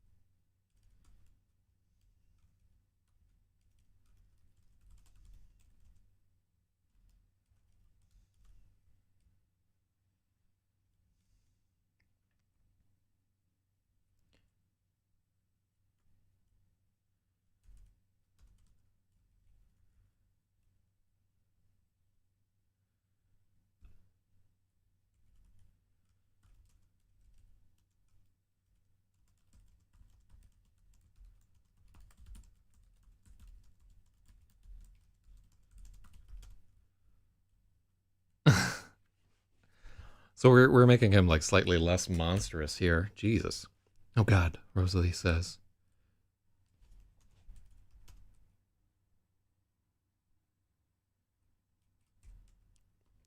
He pushes again and she cries out. There's a part of him that doesn't care, doesn't want to stop.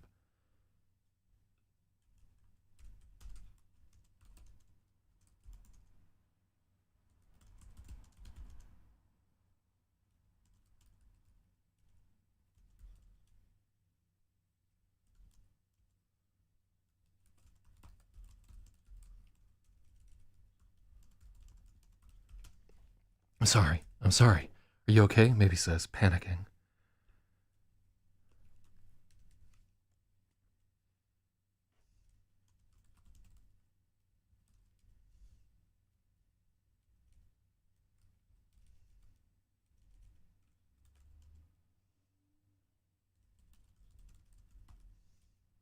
She lets out a sob. I'll stop, he says.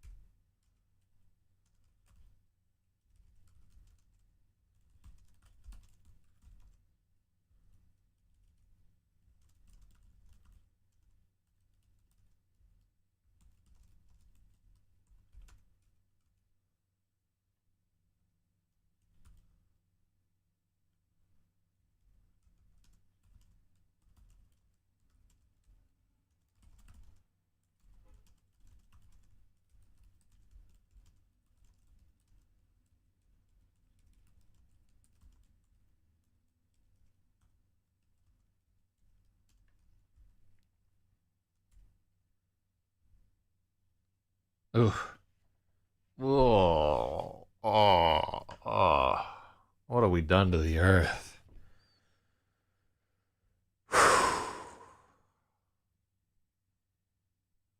Oh. Yeah, yeah.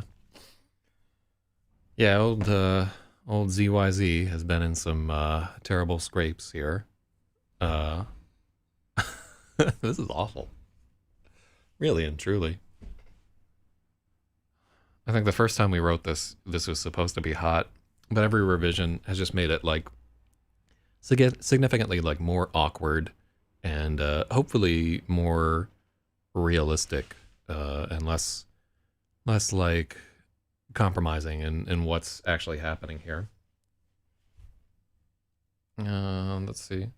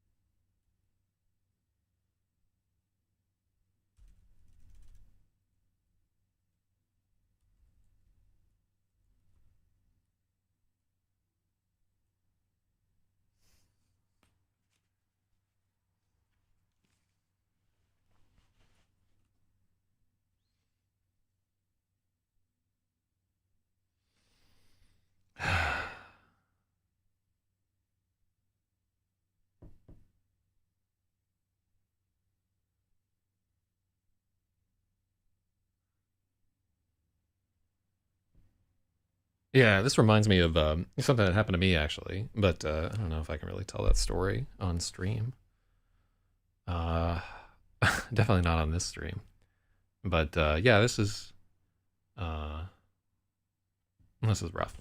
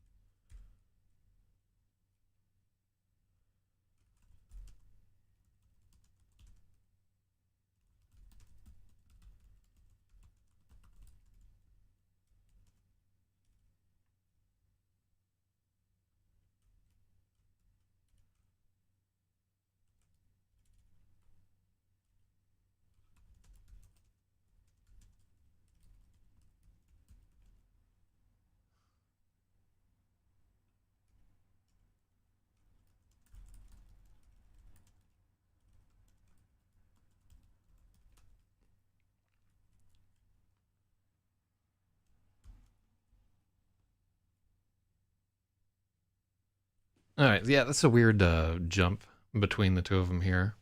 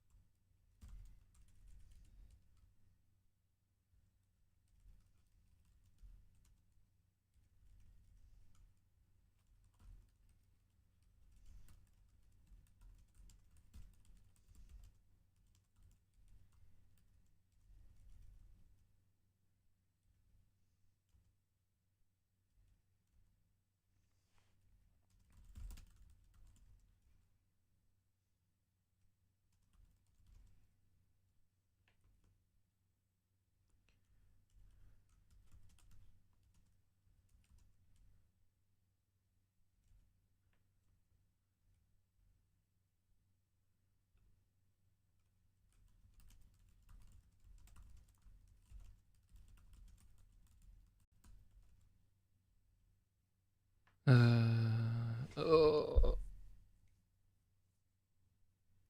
so bad.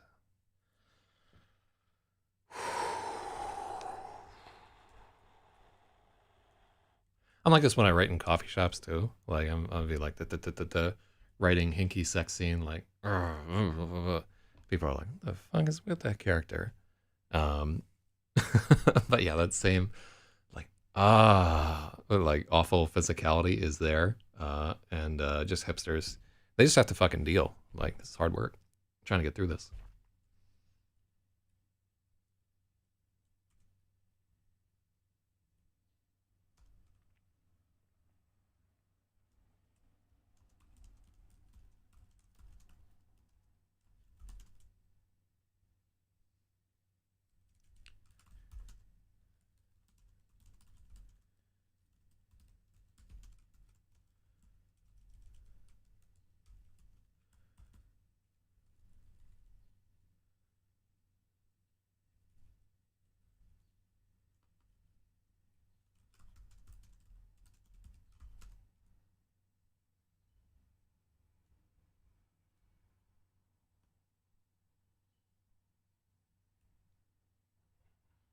Yeah, like it's just a matter of finding like the words to say this.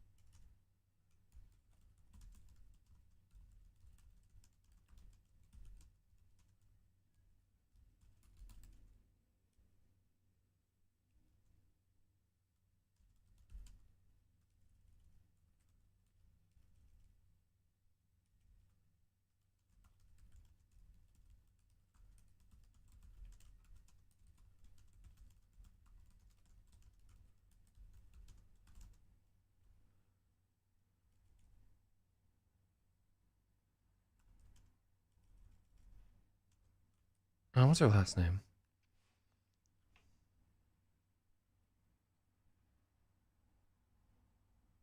Uh, I think I made it Sandros.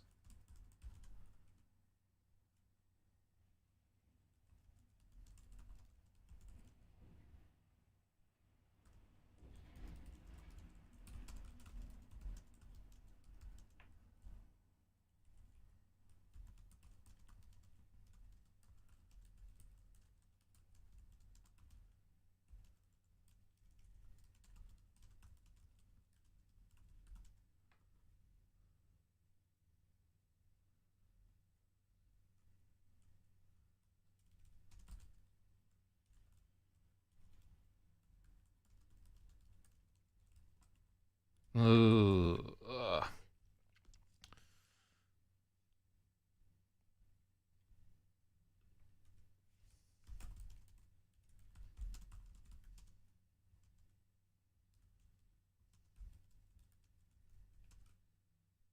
This isn't the girl he wrote letters to.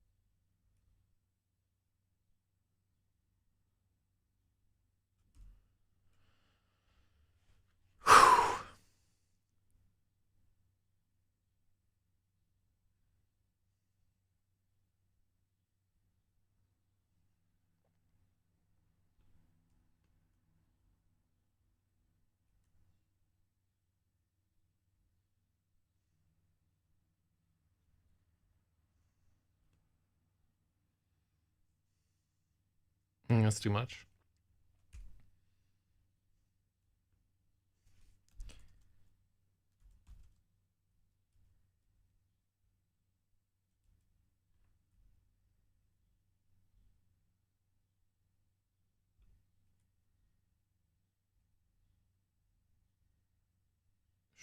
Yeah, let's take that out.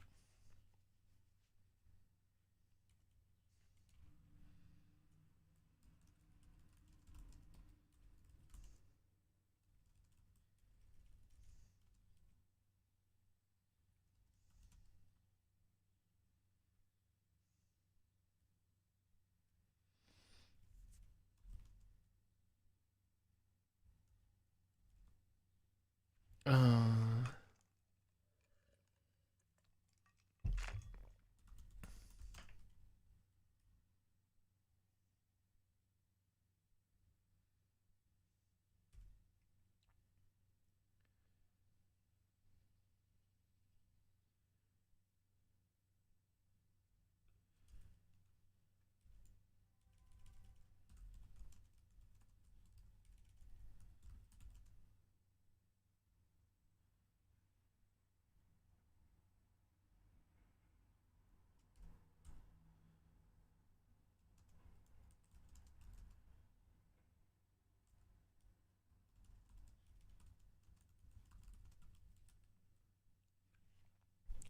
the rain beats against the window as he thrusts. They don't make sounds, except her wincing when something hurts. He moves awkwardly, trying to be gentle.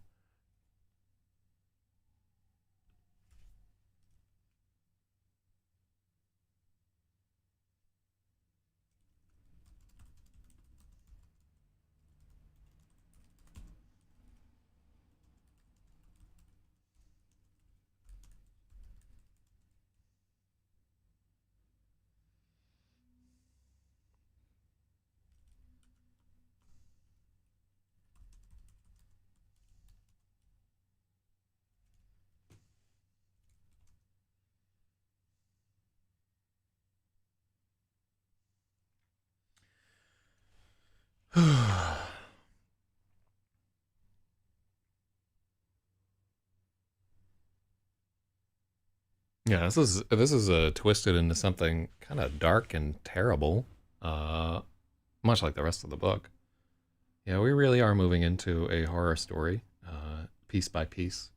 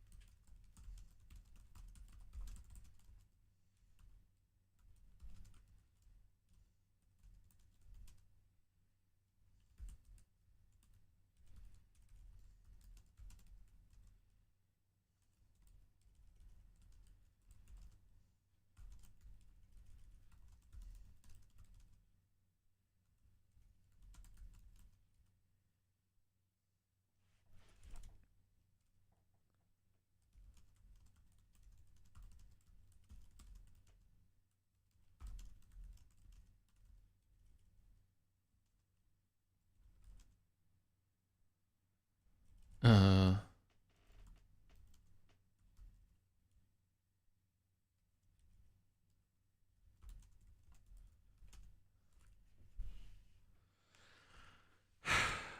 all right, so the rain beats against the window as he thrusts.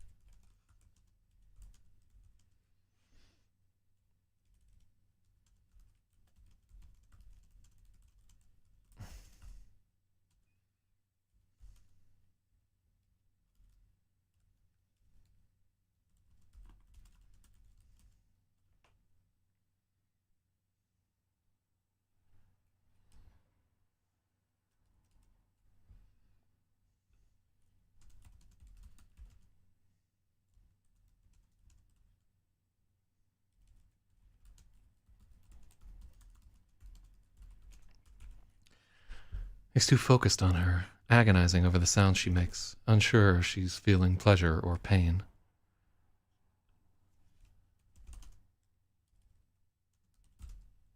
Yeah. It's not.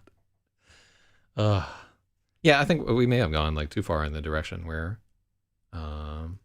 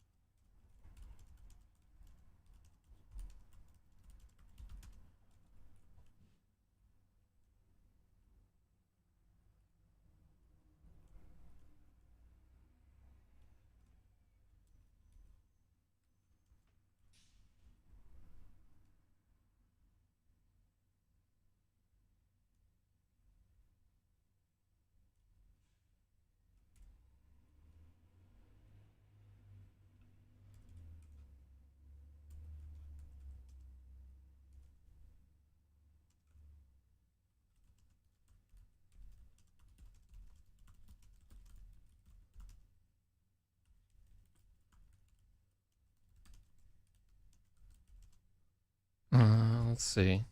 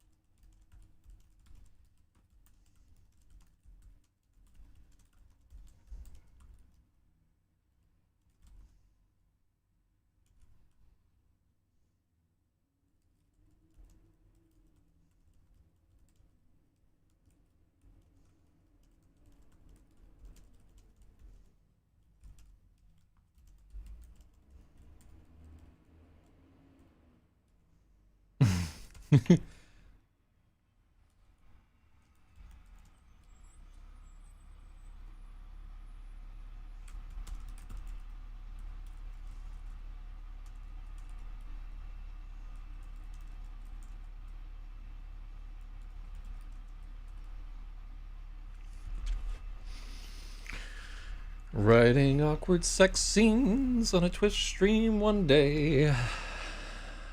Ugh. Gotta tell you, boys, this feels mighty gay. Shout out to the garbage trucks. Ugh.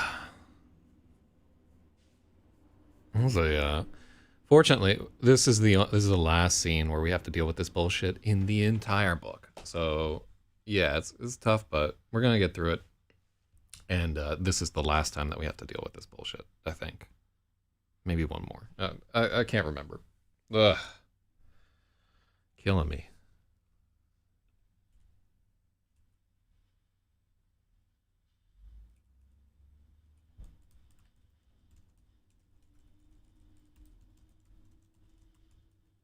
Oh, we did this.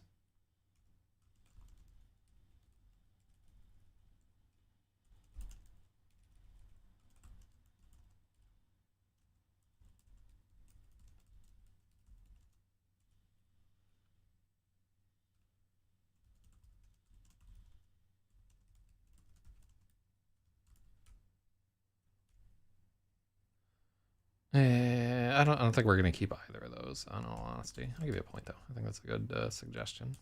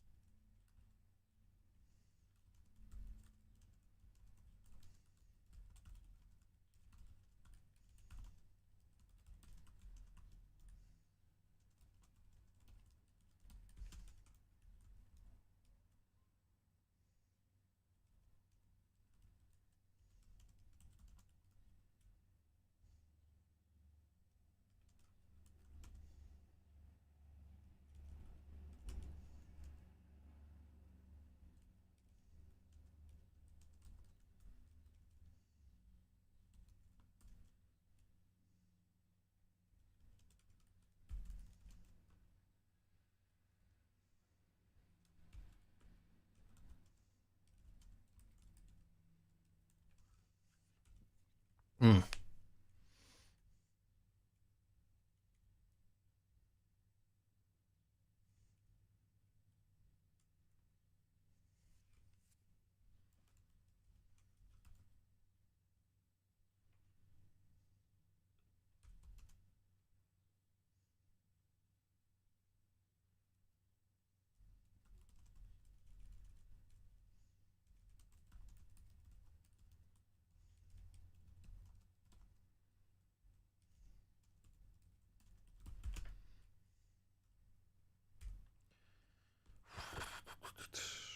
Okay, so outside the rain is getting louder. The two of them are barely making any sound at all.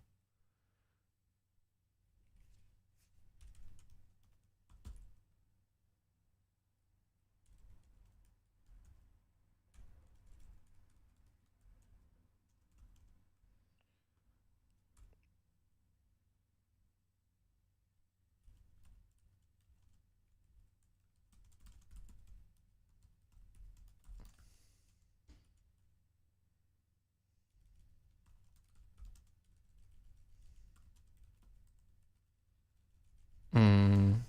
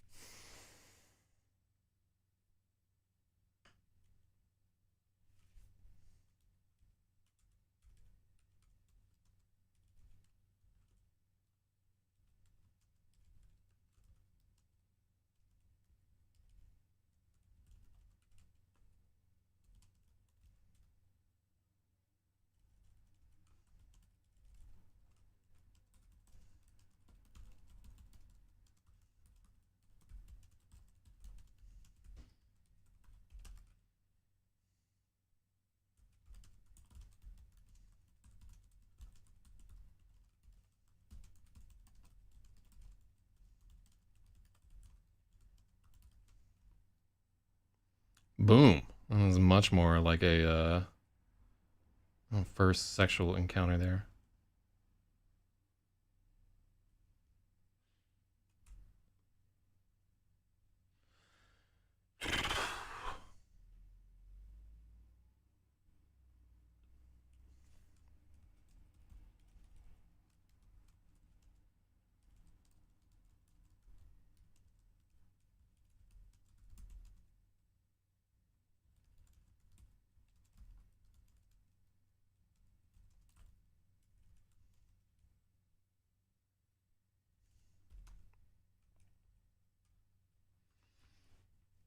It starts to feel good, really good.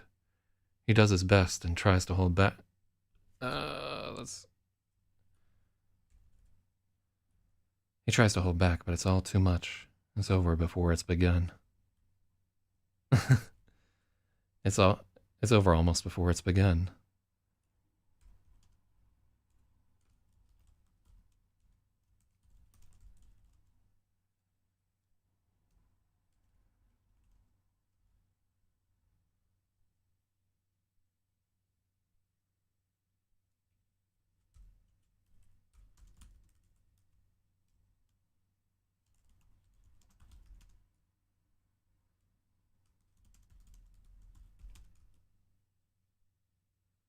But not alone.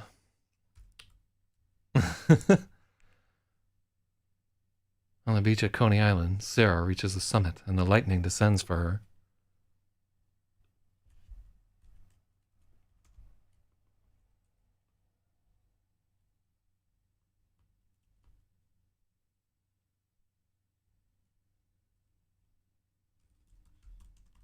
Without her, but not alone.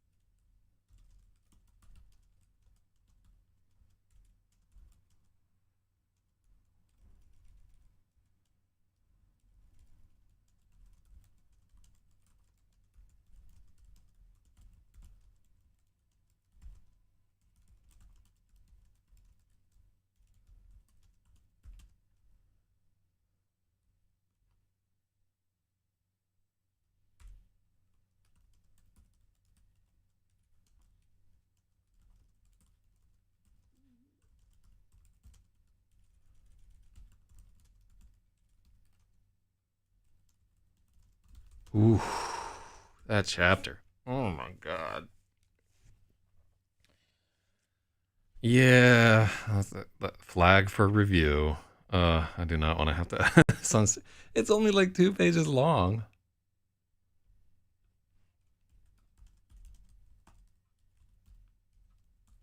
All right, I'm shaking my head at that chapter. I knew it was gonna be a rough chapter, but I didn't realize it was gonna be that fucking rough. All right, I'm gonna do a re-edit of this off stream because I think this is one where the stream is 3 fucking pages, and I've been. All right, chapter 21 is better.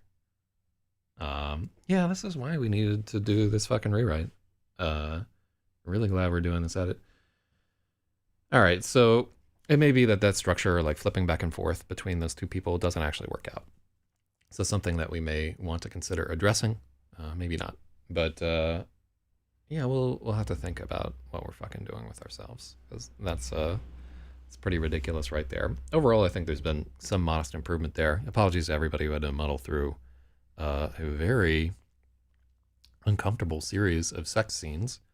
And we might do like a little bit more to contrast between like the fumbling, like teenage, what are we doing? And this like crazy sense of absolute empowerment that Sarah is supposed to feel, like jacking off in a thunderstorm. So yeah, let me take another pass at this off camera, and then tomorrow we're going to take our best shot at chapter fucking 21. Real talk. All right, so I need like a fucking timer that I can see here. It's just right across the room. Hold on, let me fucking find out what this is all about there.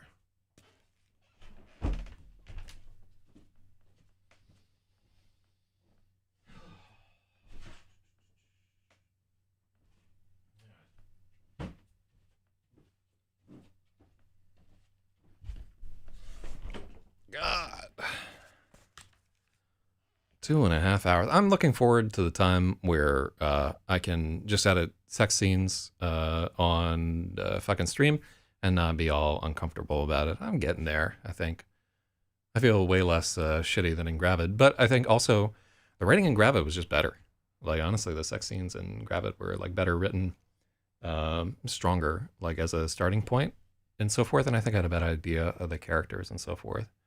But also, Gravid's way less creepy, which is fucked up since there's a mind reader involved. But yeah, way less creepy. All right, so I'm gonna put myself back up there.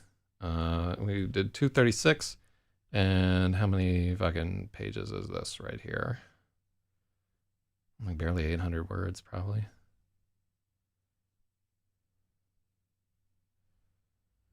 All right, so 935.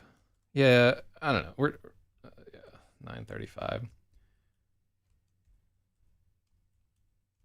Return for the end. Okay, well, good. Thank you, Spathywa. 236. Okay, cool. So yeah.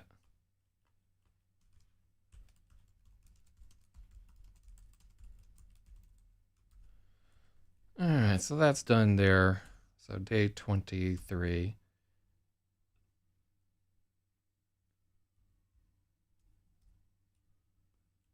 936, 236. Cool. All right. So I like the changes that we made to the first chapter, and I think we went a little ways. So there really needs to be a balance between sort of the fact that like, hey, this is kind of a horrible act that's happening right here, but also the part that like this is an activity that both of these people want to engage in, right? It's like awkward and difficult and so forth. But both of them desire to engage in that activity. She is just, and I want it to be clear. This character, though she is engaging in false pretenses, wants to be doing this, right? It's not like, oh, I don't want to do that or whatever. He wants to be doing this. He like has convinced himself that he's in love with her and so forth. They both have a motivation to be doing this thing, and I think some more of that needs to be shining through there, because this isn't like, this is a horrible thing that somebody's doing, and neither character has agency and so forth.